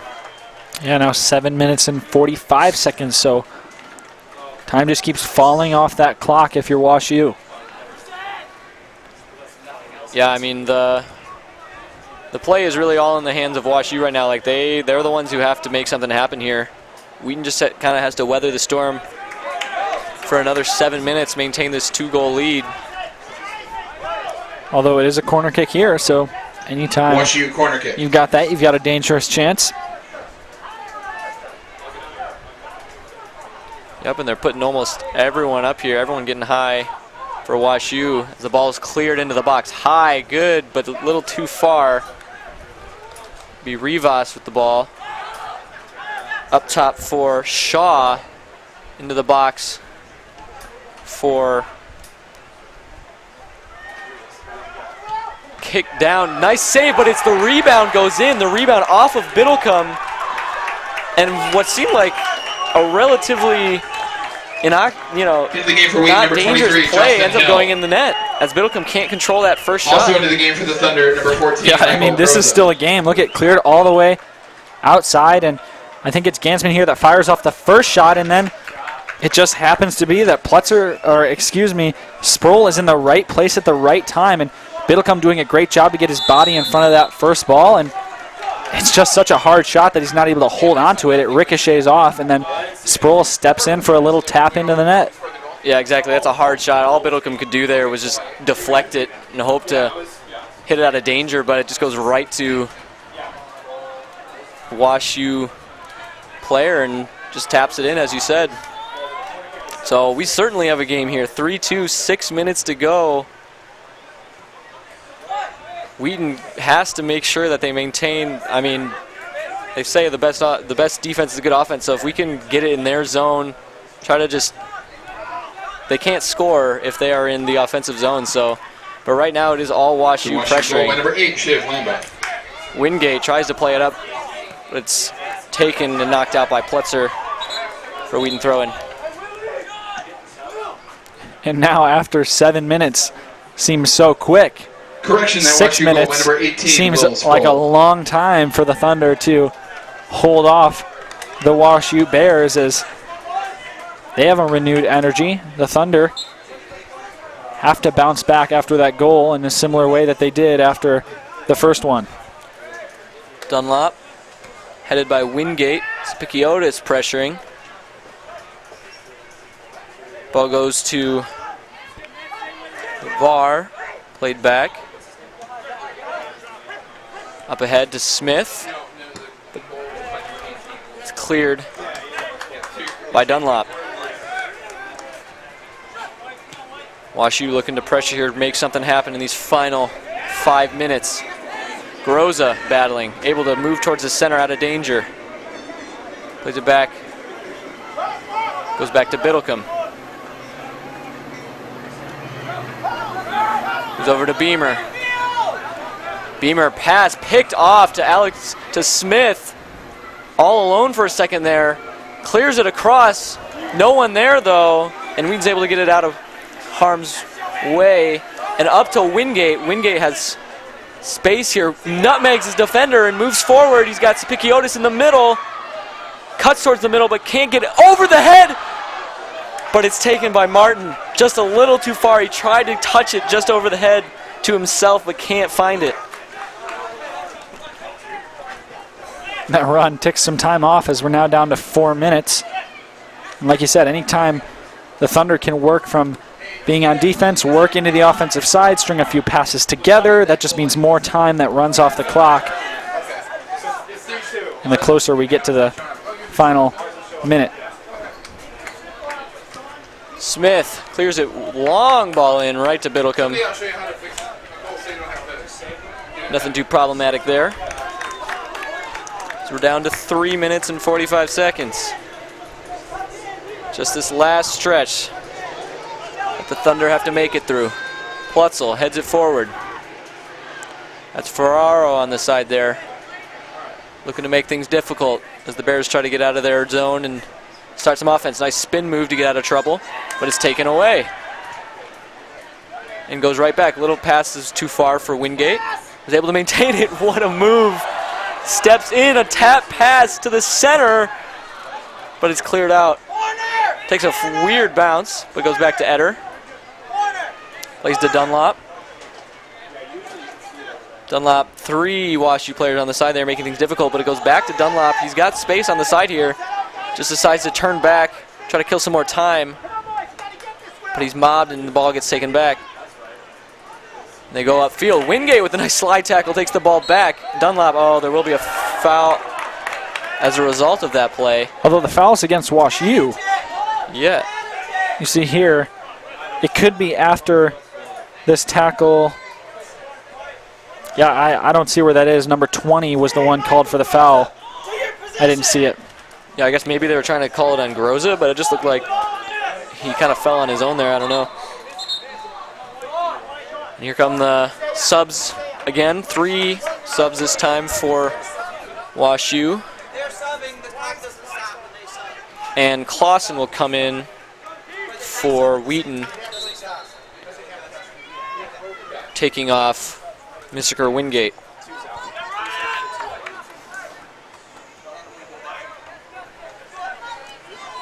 Ball cleared up. Battle for it in midfield.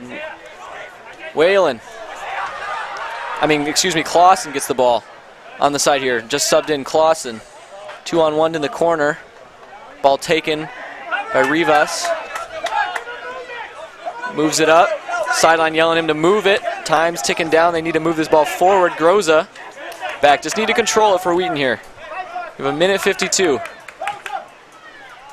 Booted far downfield. This will go out of play. Although it won't go out of play. Martins will keep the ball just to try to get as much time as possible.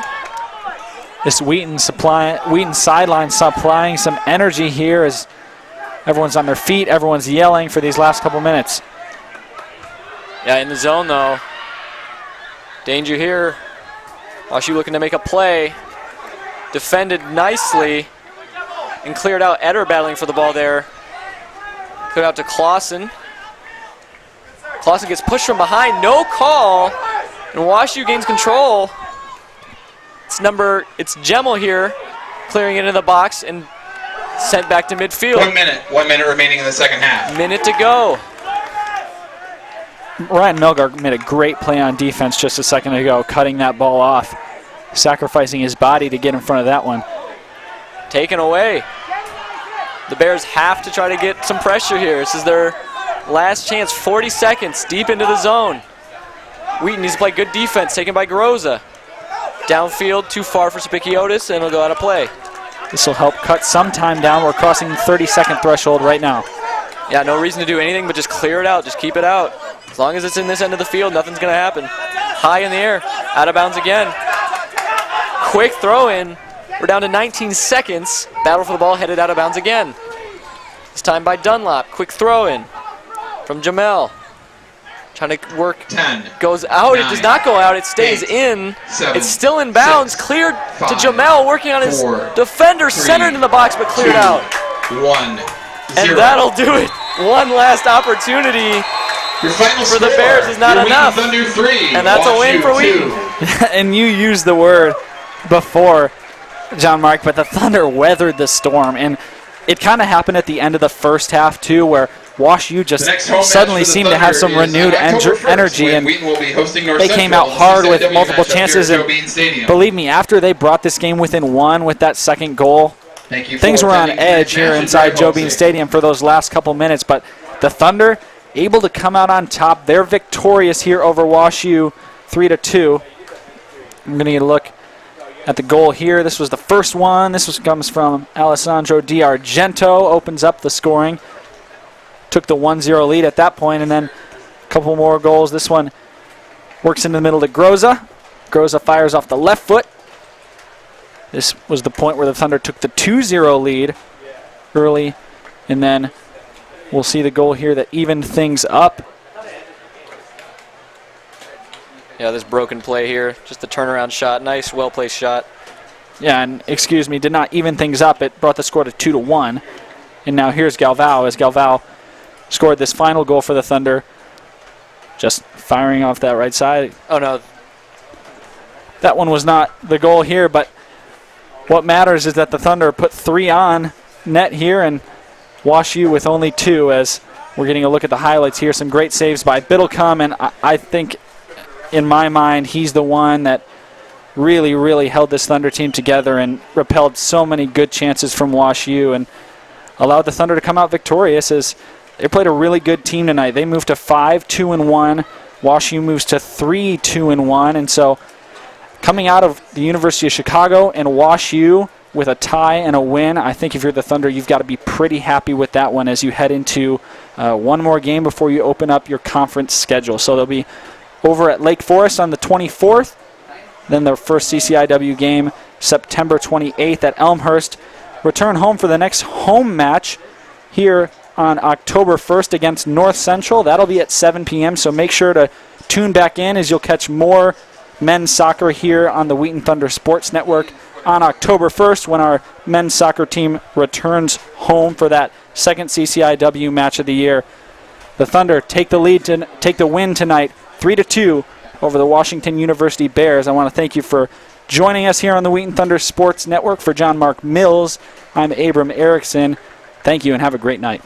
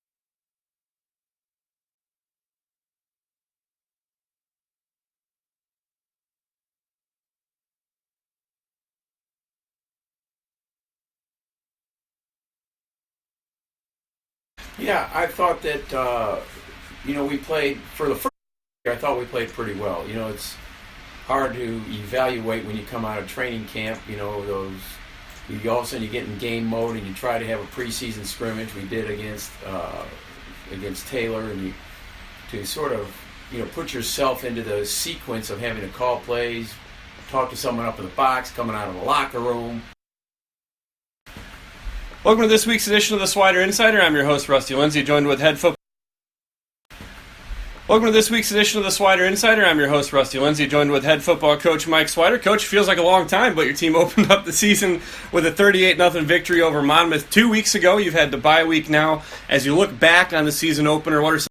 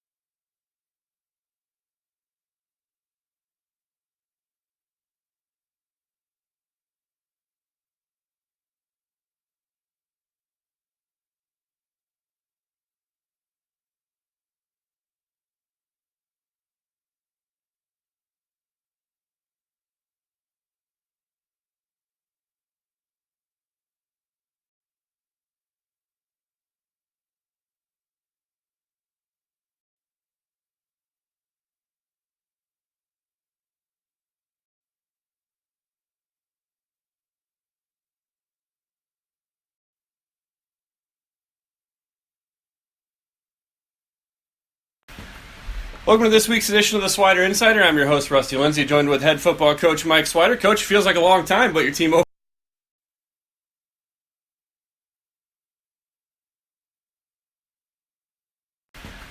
Welcome to this week's edition of the Swider Insider. I'm your host, Rusty Lindsay, joined with head football coach Mike Swider. Coach, feels like a long time, but your team opened up the season with a 38-0 victory over Monmouth 2 weeks ago. You've had the bye week now. As you look back on the season opener, what are some of the things you like and some of the things you take away to improve on from your opening victory? Yeah, I thought that, we played, for the first game of the year, I thought we played pretty well. You know, it's hard to evaluate when you come out of training camp, all of a sudden you get in game mode and you try to have a